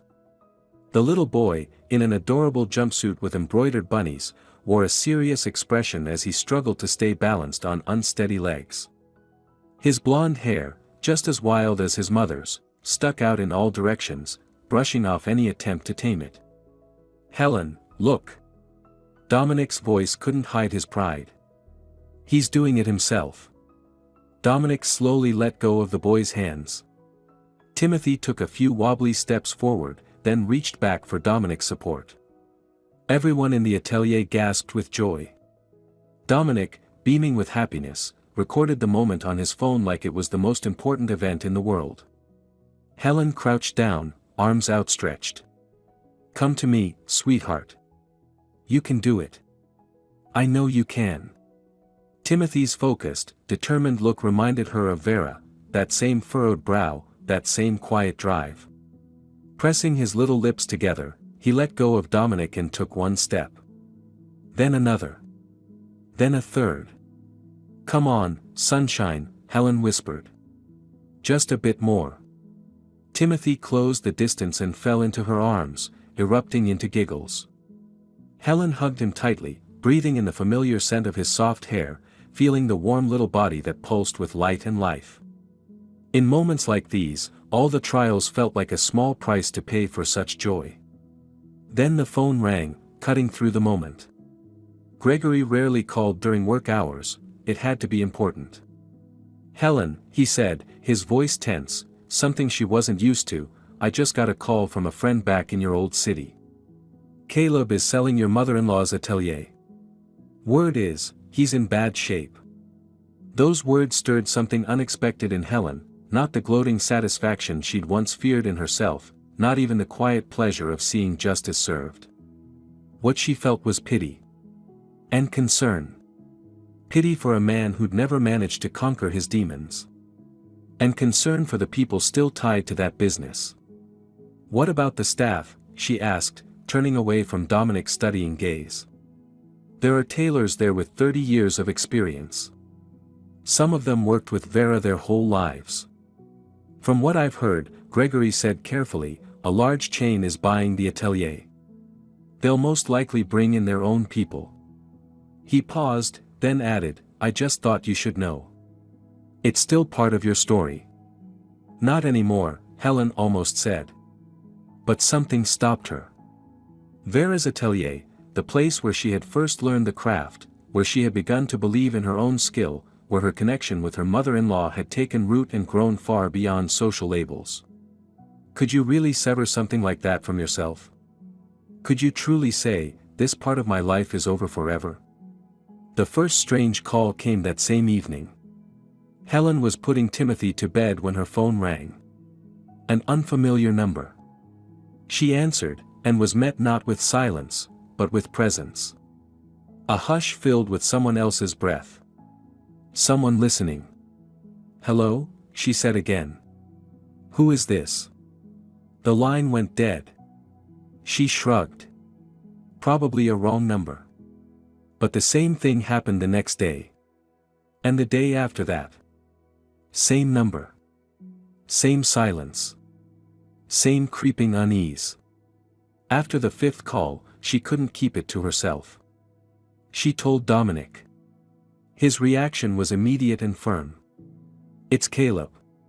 I'm sure of it. He's found you. Helen shook her head, unwilling to believe that her past could just crash back into her new life. How can you be sure? Maybe it's just some mistake. 5 times in a row. Dominic ran a tense hand through his hair. Helen, this isn't nothing. I'm staying with you until we figure this out. She hesitated. It was one thing for Dominic to visit, to help with repairs or take care of Timothy. It was another to have him stay overnight, an unspoken admission that what was growing between them was more than just friendship. Was she ready for that? Was it fair to him? But Dominic didn't push. He understood how delicate this was. I'll sleep on the couch. Or caught by the door like a guard dog, he added with a smile. It's not about where I sleep. It's about being there. If you'll let me. There was no pressure in his voice, no guilt, just quiet care and the willingness to meet her where she was. And Helen agreed, not out of fear, but caution. Because sometimes, accepting help wasn't weakness. It was wisdom. The warning came from where she least expected it. Maria, a former colleague of Vera's, called, her voice trembling with urgency. Helen, sweetheart. Caleb's been asking around. He came into the atelier drunk, demanding your address. He was threatening people. He said some awful things, her voice cracked. He's drinking a lot. Talking about revenge. Please, be careful. That news confirmed Dominic's worst fears, and erased the last of Helen's doubts. Once, she had feared Caleb because she loved him, terrified of losing that love. Now, she feared him because there was nothing left of the man she had once married. Only a hollow shell, filled with bitterness, resentment, and self-destruction. They took precautions. Dominic stayed the night at Helen's. He walked her to work, picked her up after. They filed a report with the police, changed the locks on both her apartment and the atelier. Olivia and Gregory were warned, too. Several days passed without incident. The strange phone calls stopped. Life seemed to be settling back into a rhythm. But the calm only made the tension worse, like the heavy stillness before a storm. That evening was quiet, peaceful. Timothy, worn out from the day, had fallen asleep right after his bath. Helen and Dominic sat in the kitchen, sipping tea and talking in hushed tones so as not to wake the baby. There was something new in this softness between them, something unspoken. A sense of home, of belonging that had nothing to do with blood and everything to do with understanding. Helen watched Dominic, how his large hands cradled the fragile teacup, how his eyes glowed warmly as he talked about summer. How he'd teach Timothy to swim in the lake outside town. What trees they could plant on the plot of land he'd been eyeing nearby. "Why do you do so much for us?" she asked suddenly, breaking his train of thought. "Timothy's not your son. And me. I've got so much baggage, so many problems." Dominic went quiet, like he was turning the question over in his mind. "Because you remind me that life can start over," he said finally. "Before you, I was just existing. Go to work, come home, watch TV, sleep. Repeat. And when the factory shut down, something in me shut down too. I stopped believing I could change anything, that I could build anything again." He looked her straight in the eyes. "And then you showed up. A woman with a baby in her arms, no money, no connections, in a town you didn't know. And you didn't give up. You built something from nothing. You raised your son. You made a new life." He smiled.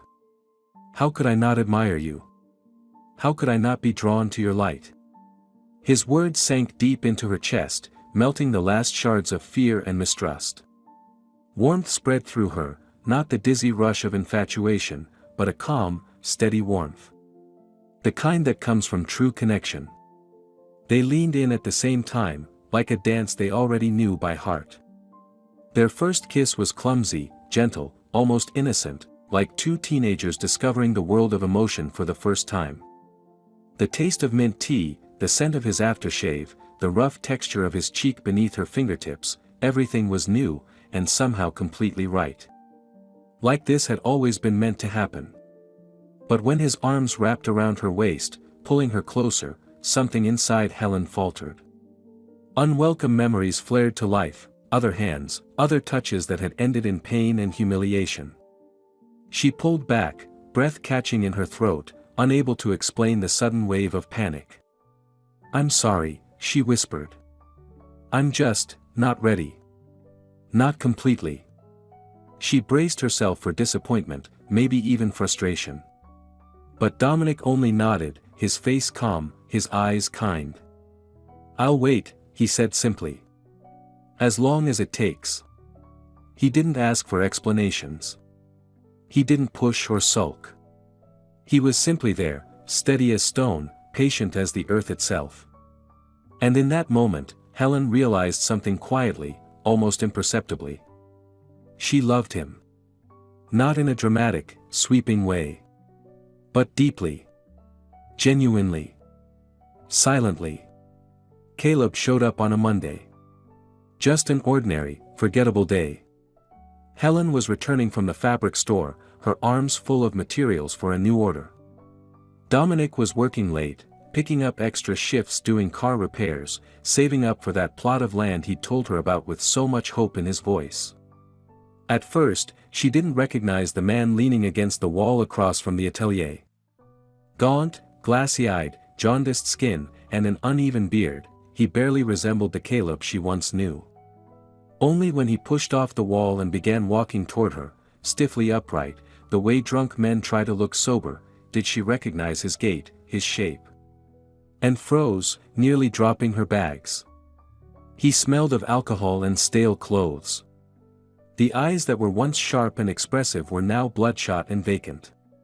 He followed her gaze and smirked. What? Don't like what you see? Not living up to your standards anymore? Caleb looked around with exaggerated interest. So this is where you've been hiding? Not bad. You got comfy fast. Didn't take you long to replace me. The first wave of fear swept over Helen, but she refused to let it show. She walked past him in silence, heading for the atelier door, hoping he wouldn't follow. He did. His hand clamped down on her elbow, spinning her back toward him. Hey! I'm talking to you. Lost all sense of decency, have you? Ran off, took my son, and now you're acting like we're strangers. From inside, Nina peeked out, eyes wide with concern. Helen gave her a calm, clear gesture, I've got this. Nina hesitated, then stepped back inside, but Helen knew she'd call Dominic. Or the police. If necessary. What do you want, Caleb? She asked, steady and cool, slipping her arm from his grip. It's all settled. The court decided. We have separate lives now. Her composure seemed to infuriate him further. He stepped closer, looming over her, the same tactic he always used when he wanted to intimidate. Separate lives? Seriously?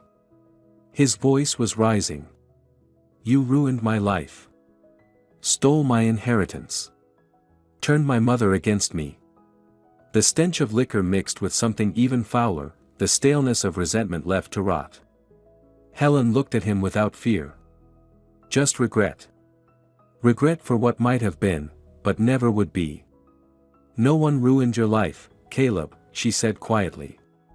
You did that all by yourself. He recoiled, like she'd slapped him.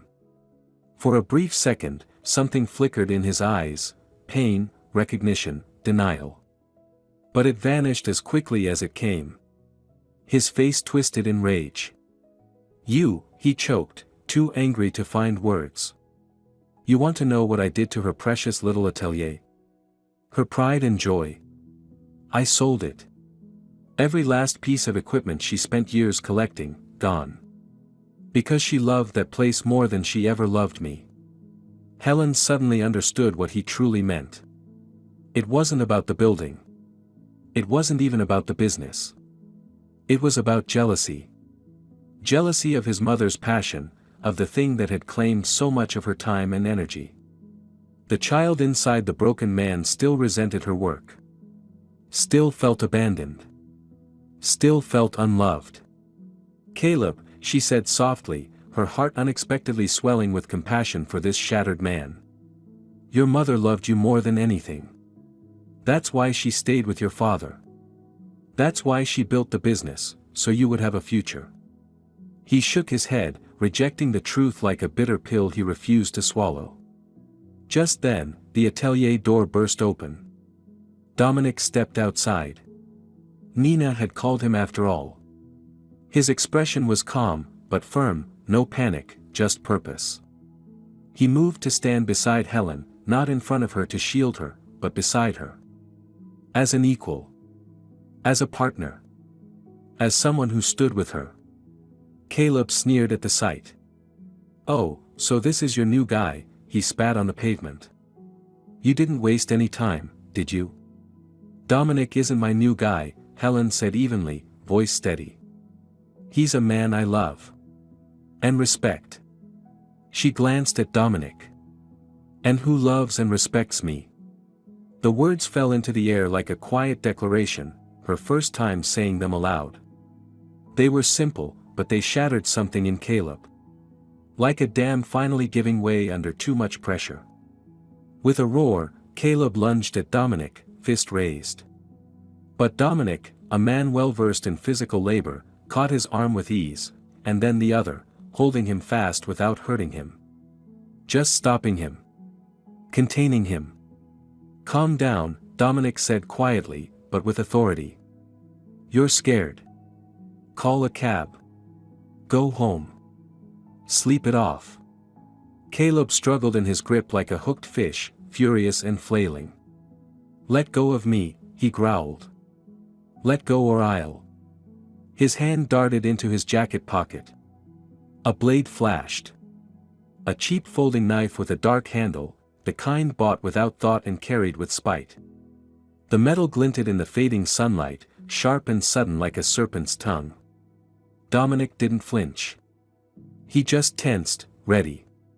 His voice didn't rise, though a trace of weariness crept in. Think, Caleb. What are you going to get out of this? A prison cell? Is that really worth it? But Caleb was beyond reason. His eyes were bloodshot, wild. Spittle formed at the corners of his mouth. He lunged, blade aimed at Dominic's gut. Dominic pulled Helen behind him, stepping back with sharp instinct, shielding her with his body. Caleb! Helen cried, peeking from behind Dominic's shoulder. Stop! Caleb froze, the knife trembling in his hand. Something flickered in his eyes, something like realization. Put the knife down, Helen said gently, stepping out from behind Dominic and slowly approaching her ex-husband. Think about Timothy. He's your son. He shouldn't grow up knowing his father's in prison. The mention of his son snapped something in Caleb. His arm dropped, the blade lowering.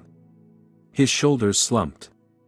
He stood there, broken by the weight of his own chaos, unable to meet her eyes. How is he? Caleb asked suddenly, his voice hollow, like someone waking from a nightmare.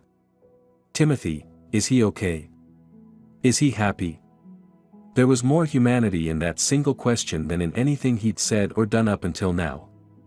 Helen felt something stir inside her, maybe a faded echo of the love she once felt, or maybe just compassion for the father of her child. Yes, Caleb, she said softly. He's wonderful. He just started walking. He says a few words. And he'll always know he has a father. Caleb's head bowed even lower, and then his shoulders began to shake. It took Helen a moment to realize, he was crying. Silent, strangled sobs, the kind that come from men who were never taught how to break. I'm sorry, Helen, he said, the words catching in his throat. I don't know what's happening to me. I never meant to become this. The knife slipped from his hand and clattered to the ground. Dominic quietly nudged it aside with his foot but didn't move otherwise, letting Caleb hold on to what little dignity he had left. I'll call a cab, Dominic said, pulling out his phone. Where do you want to go? Caleb gave the name of a budget hotel on the edge of town, a place for transient workers and people with nowhere else to go. They stood in silence, waiting. The city moved around them, cars passed, pedestrians hurried by, windows lit up one by one. No one paid attention to the three people standing outside the atelier. No one noticed the quiet drama playing out in the middle of ordinary life. The taxi arrived a few minutes later. Dominic paid the fare up front and gave the driver the address. Just before climbing into the car, Caleb turned to Helen. His eyes met hers for the first time that day. Do you think I could see him one day?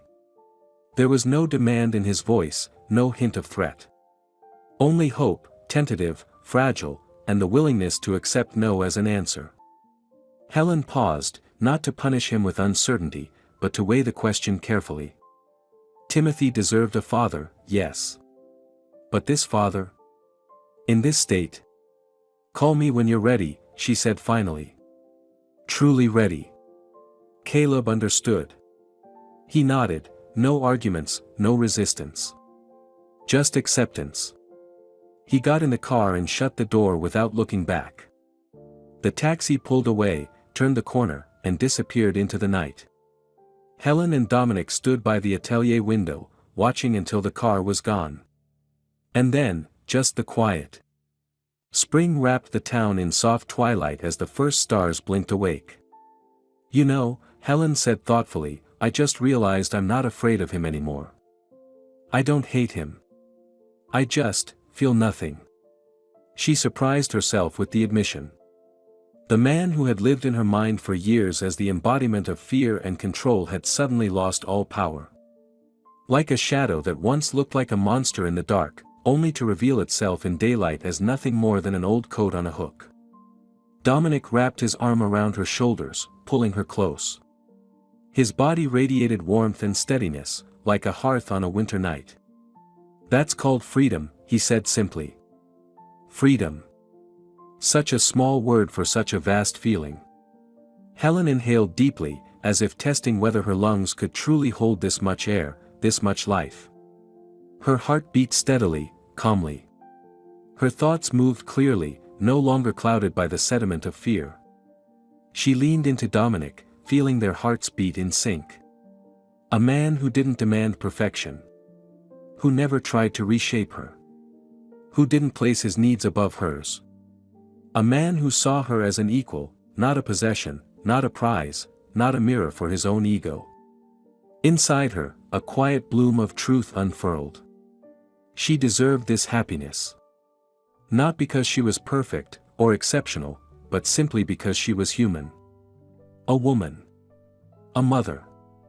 A being of flesh and blood, with her own flaws and strengths, her own mistakes and victories. Let's go home, she said softly. Timothy's probably awake by now. They locked up the atelier and walked hand in hand through the dusky streets of the small town. The world around them was settling into sleep, making room for dreams and hope. Above them, stars bloomed, millions of distant suns, each one capable of warming its own story of love, loss, and rebirth. Summer arrived generous and golden. Sunlight streamed through the atelier windows, casting golden rectangles across the wooden floor. A year had passed, an eternity and a heartbeat all at once. Helen leaned over sketches for her new collection, her first truly original line. Not just a set of custom pieces for clients, but a cohesive statement. Her voice, told in fabric. The sign, Second Stitch, had gone up 3 months earlier, right after the expansion. The workshop no longer resembled the battered little space she had first stepped into with a pounding heart. Now, the pale walls, modern equipment, and open layout breathed confidence and professionalism. From the play corner in the back of the atelier came Timothy's happy babbling, mixed with Olivia's melodic voice. The 1.5-year-old sat on a soft rug, nestled among fabric rolls, clutching a bright picture book to his chest. His round cheeks were flushed with excitement, his eyes sparkled with curiosity. He could walk confidently now, and even tried to run, much to Helen's daily anxiety over that precious, fragile life. His vocabulary was growing fast. Mommy, Grandma, that's what he called Olivia. Water, give. Simple words, but each one made Helen's heart ache with joy. But what amazed her most was one of the first names he ever learned, Dominic. He said it with pure delight, a kind of joyful reverence that melted Helen every time. This little boy had already chosen a hero. Not a cartoon superhero, not a fantasy figure.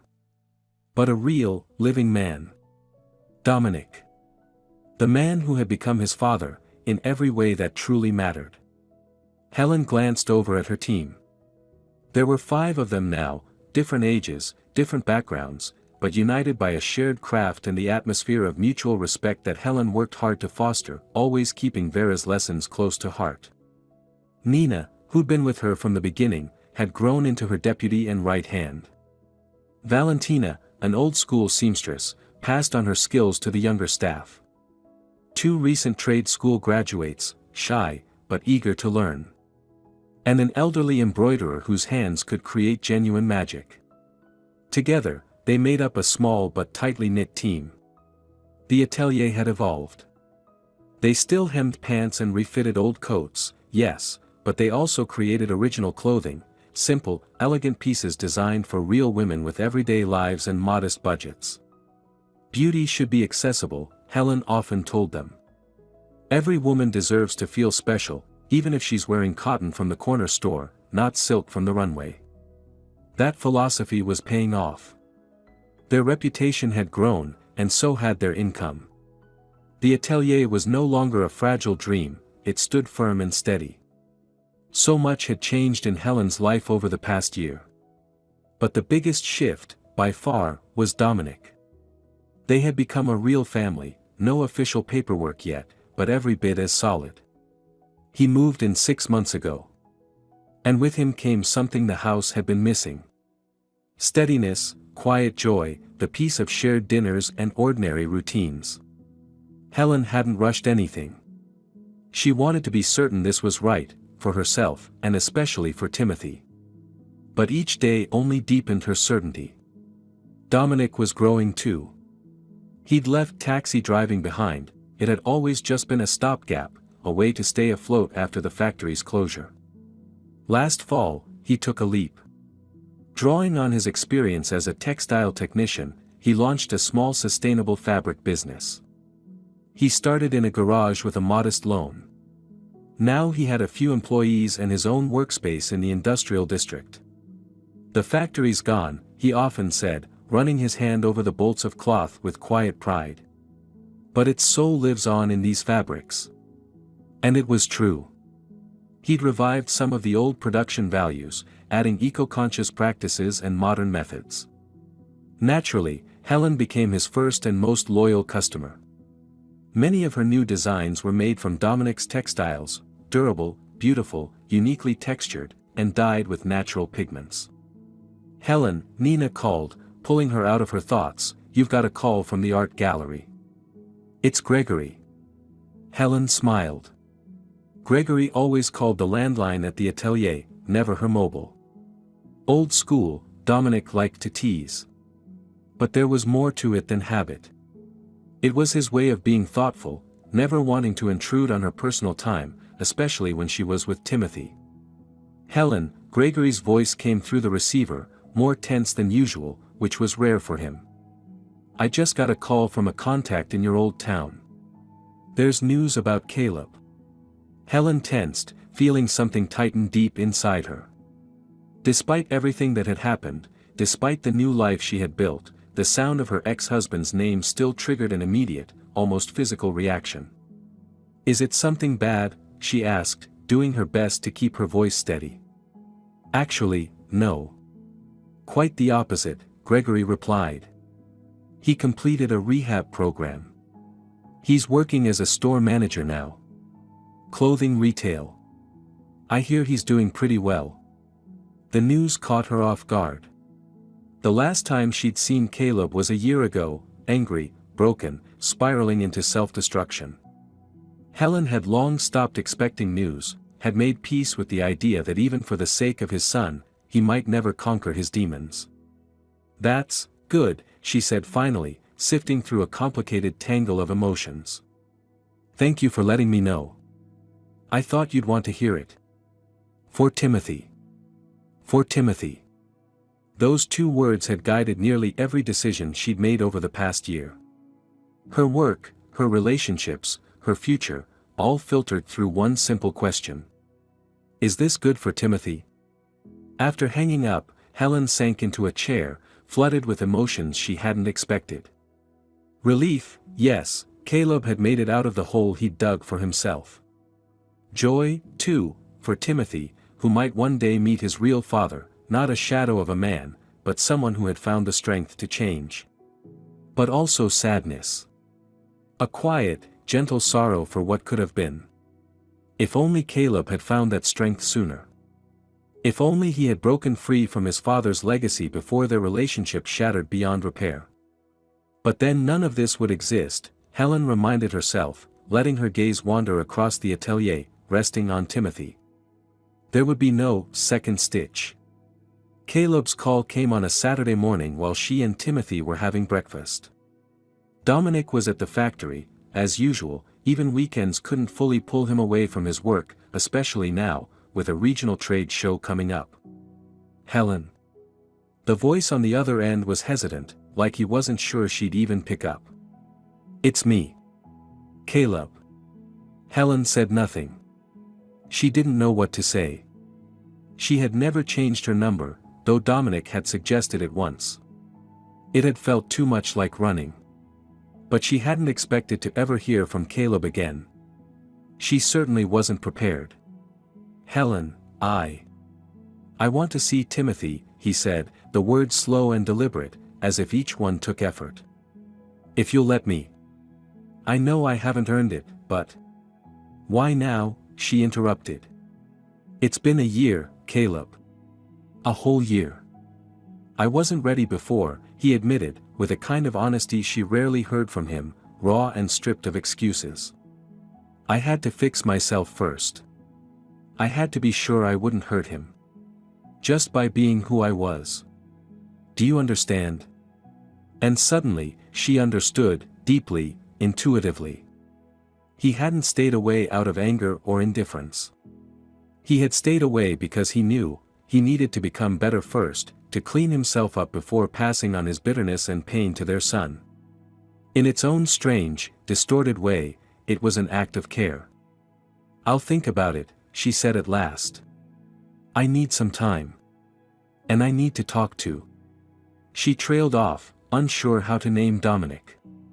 Husband? Partner? None of those words captured what he truly meant to her and to Timothy. "I understand," Caleb replied. There was no jealousy in his voice, no bitterness. "Just, think about it, please. I've moved nearby. I can come by any day. On your terms, of course." After the call, Helen sat by the window for a long while, lost in thought. Timothy, blissfully unaware of his mother's confusion, was happily playing with wooden blocks Dominic had carved for him, each one unique, with letters, numbers, little animals etched into the smooth wood. That evening, after Timothy had fallen asleep and she and Dominic curled up on the couch with tea, Helen told him about the call. He listened carefully, silently, gently running his fingers along hers. "What do you think?" she asked. "It's your decision," he replied simply. "But just remember, Timothy has the right to know his father. His real father. Not who Caleb was, but who he might be now." There was no fear in his voice, no hint of jealousy about his place in Timothy's life. Only calm, quiet wisdom, spoken like a man who understood that love doesn't shrink when you share it. It expands. What if he goes back to how he was? Helen finally voiced the fear that had been gnawing at her. What if this change doesn't last? Dominic paused before answering. "People can change, Helen. Sometimes for good. And if you're unsure, start small. A short visit. In a public place. I could be nearby, not to interfere, just to give you peace of mind." Helen shook her head. "No, this has to be between them. Between father and son." The days that followed became a quiet time of reflection. She remembered the worst, Caleb's anger, his cruelty, the terrifying day with the knife. Could someone like that really change? But other memories rose too. Caleb in the early days, thoughtful, sincere, believing in her. And those words from a year ago, "Can I see my son someday?" Then Vera's voice, vivid in her mind. Forgiveness isn't saying their wrongs were right. It's setting yourself free from the weight of resentment. It's a chance, not just for them, but for yourself. A week later, Helen called Caleb and arranged a meeting. Neutral ground. No Dominic. Just her, Caleb, and Timothy. The park welcomed them with dappled sunlight filtering through leaves, the gentle burble of a nearby fountain. May was in full bloom, and everything smelled of renewal. Young leaves shimmered in the breeze, early flowers dotted the path, and the sky stretched clear above, promising warmth and hope. Helen arrived early, needing time to collect herself and get Timothy ready. The boy was in high spirits, delighting in the pigeons waddling across the path, pointing at them and laughing with unfiltered joy. Caleb showed up exactly at the agreed time, not a minute early or late, as if that small detail carried great significance. At first, Helen didn't recognize the man walking toward her, clean-cut, steady on his feet, dressed in simple but well-fitted clothes. A year ago, he had looked broken by his own failings. Now, there was someone else in his place, someone who had fought to rise from the ashes. She couldn't help but feel a quiet sense of respect. "Hi," he said, stopping a few steps away, not daring to come closer without permission. "Hi," Helen replied, all her carefully rehearsed lines gone from her head. She guided Timothy forward, "This is your dad." Caleb looked at his son as if he were witnessing a miracle. His eyes shimmered with tears, and his hands, shoved deep in his coat pockets, visibly trembled. He looked nervous, like a teenager on his first date, unsure how to act, what to say. "Hey there," he said gently, crouching down to Timothy's eye level. "You've gotten so big. I don't know if you remember me." Timothy, usually wary around strangers, studied Caleb with quiet curiosity.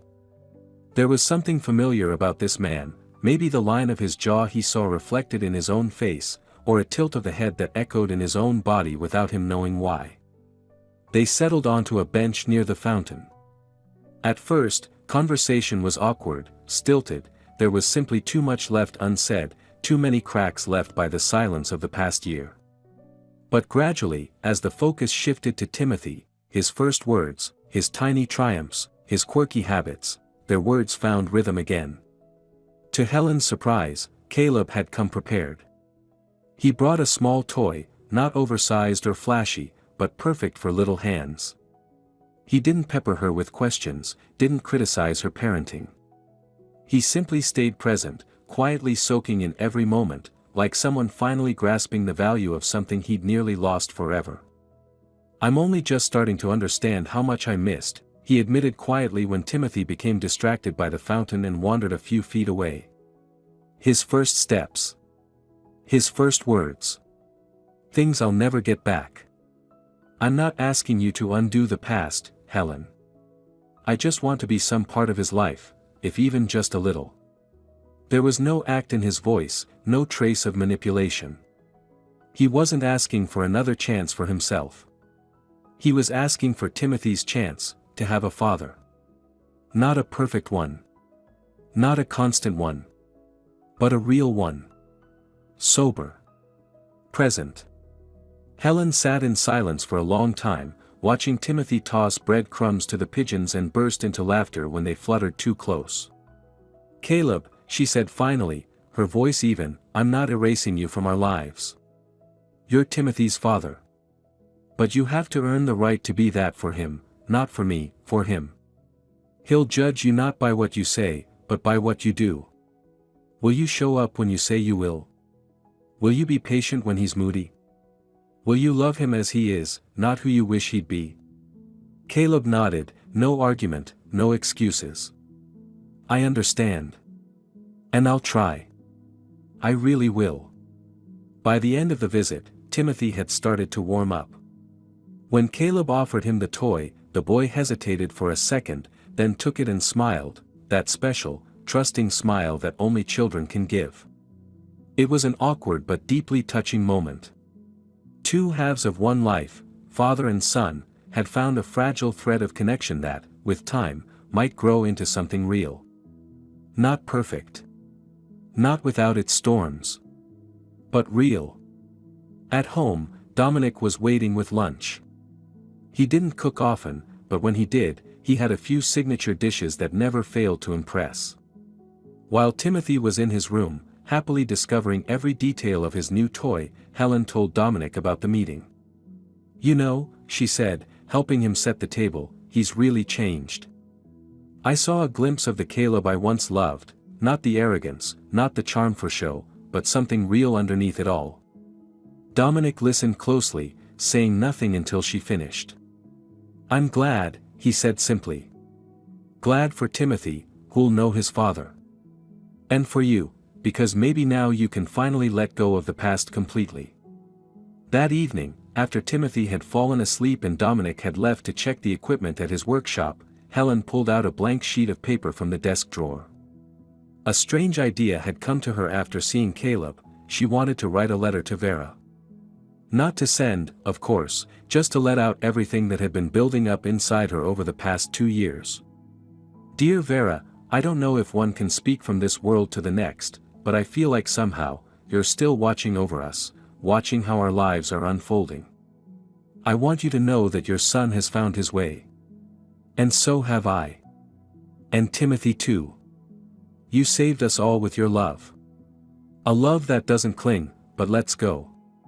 That doesn't demand, but gives. You taught me that true strength isn't in bearing pain, it's in having the courage to start over, even when it feels impossible. Timothy is growing into the sweetest little boy. Sometimes, I see you in him.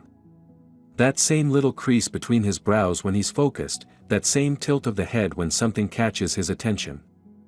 I'll tell him about you. I promise. About how extraordinary his grandmother was. You once told me everyone gets a second chance. Now I know you were right. And I'm endlessly grateful that you helped me find mine, and keep it. With love. Helen. She read the letter once, folded it gently, and slipped it into an envelope. Maybe someday she'd show it to Timothy, when he was old enough to understand. The next few days passed in the usual rhythm of daily life, work at the atelier, orders, home, Timothy. Life flowed steadily, familiarly. On Friday evening, as Helen was sketching designs for her new collection, Dominic came home earlier than usual. He seemed unusually thoughtful, almost solemn. "Tea?" he asked, peeking into her makeshift studio in the corner of the living room. With pleasure, Helen smiled, setting her pencil aside. "You're home early today." "It's an important day," he replied mysteriously and disappeared into the kitchen. He returned a moment later with 2 cups of tea and a small box, which he placed gently on the table beside her sketches. Helen gave him a questioning look, but Dominic only smiled and sat down beside her. "Helen, we've been together for a year now," he began, his voice carrying a nervous energy he made no attempt to hide. "I love you. I love Timothy. You've become my family, the family I dreamed of, but never dared hope I'd find." He took her hand in his, large, warm, calloused from work. "I want us to be a real family. Not just for ourselves, but for the whole world to see. Will you marry me?" Dominic opened the box. Inside was a ring, simple but elegant. Nothing flashy, nothing screaming wealth. Just beautiful, like everything he did. Helen looked at him for a long moment, as if seeing him for the first time. The smell of dinner slightly burning in the kitchen, the quiet murmur of cartoons from the children's room where Timothy was winding down, the distant hum of the evening city, all of it faded into the background, became the stage for a moment that split her life into before and yes. Sitting in front of her was the man who had accepted her and her child when she was at rock bottom. Who had stood by her through every hard moment without asking for anything in return. Who was teaching Timothy things no book could teach, how to be a kind, honest, dependable man. Who loved her not for her looks, or youth, or accomplishments, but simply for who she was. And she loved him too, quietly, deeply. Not with the wild highs and crushing lows that had defined her past with Caleb, but with a steady certainty that had grown day by day, through every shared struggle and joy. "Yes," she said, and her own voice sounded strange to her, as if someone else had spoken. "Yes, absolutely." He slid the ring onto her finger. It fit perfectly, as if it had always belonged there, as if it had always been part of her hand, part of her. Maybe it had, maybe this man, this love, had always been waiting for her somewhere, at an unseen crossroads of fate. Dominic pulled her gently into his arms, and their kiss wasn't a whirlwind of passion or a burning flame. It was something quieter, an unspoken vow. A promise to stay close, no matter what, to walk together, hand in hand, through joy and pain, through light and shadow. "I love you," Helen whispered when they finally pulled apart. And in those simple words lived everything she couldn't say aloud. Gratitude for a second chance. A promise to protect what they shared. Faith in the future they would build together. They chose to keep the wedding small, just close family and friends, no grand celebration or crowded guest list. The idea of holding the ceremony in Gregory's art gallery came naturally. That space had become something sacred to them, a symbol of beauty and culture that had helped Helen survive her darkest days. The June morning arrived bright and clear, as if the world itself were offering its blessing. The sunlit gallery felt like a sanctuary of art, where every painting told a story of struggle and rebirth. Helen wore a simple ivory dress she'd made herself, no frills, no embellishments, just perfect tailoring that hugged her now more feminine figure. Timothy, in a tiny suit, solemnly carried the rings, occasionally veering off course, while Olivia wiped away happy tears when she thought no one was looking. Among the few guests were the seamstresses from the atelier, a few of Dominic's friends, and neighbors who had become like family. And then Helen noticed a familiar figure standing in the back of the room. Caleb. He had come quietly, without fanfare. Dressed in a simple dark suit, holding a bouquet of white flowers, he stood slightly apart, his expression not filled with regret, but with a quiet wish for happiness, for someone who had once been part of his life. Their eyes met across the room. Caleb offered a small smile and a nod. A gesture that said more than words ever could. Forgiveness. Acceptance. Letting go. Helen smiled back, feeling the last sharp edges of the past dissolve, melting away to make room for what lay ahead. The ceremony was simple and deeply moving. They exchanged vows they had written themselves, not lofty lines from poetry books, but honest words about love, respect, and support. About being home to each other, a quiet harbor in the stormy sea of life. About growing old together, hand in hand. About choosing one another, again and again, every single day. When the officiant finally declared them husband and wife, Timothy suddenly shouted, "Papa," and reached for Dominic. He scooped the boy up into his arms, holding him close with a love deeper than any blood tie. After the ceremony, as guests gathered to congratulate the couple and enjoy the modest reception, Helen noticed Caleb quietly approach Timothy. He knelt down and said something to the boy. Timothy listened seriously, nodded, and, without hesitation, wrapped his little arms around Caleb's neck in a brief, weightless hug. A fleeting moment of childlike trust, immeasurably precious to someone who had nearly lost the right to be called a father. Then Caleb walked up to Dominic and Helen. He looked slightly awkward but carried himself with quiet dignity. "Congratulations," he said simply. "You both deserve happiness." He shook Dominic's hand firmly, like one man acknowledging another. There was no trace of old anger, no bitterness, only understanding, and a silent agreement. One would raise Timothy day by day, love him through every laugh and fever. The other would visit, offer support, and be part of his life in whatever way he could. Later, Helen slipped away from the joyful chatter. In a quiet corner of the gallery hung a portrait of Vera. Gregory had painted it from memory after her passing. The soft lines, the calm colors, the eyes that gazed out from the canvas held wisdom and gentle sorrow, the look of a woman who had known too much pain and still chose to believe in people. Helen stood before the painting, alone for a moment amidst the celebration. She reached out and touched the edge of the frame, feeling connected to something larger than herself. A thread of womanhood woven through generations. "Thank you," she whispered, her eyes meeting Vera's painted ones. "For second stitch. For the second chance. For teaching me how to believe in myself."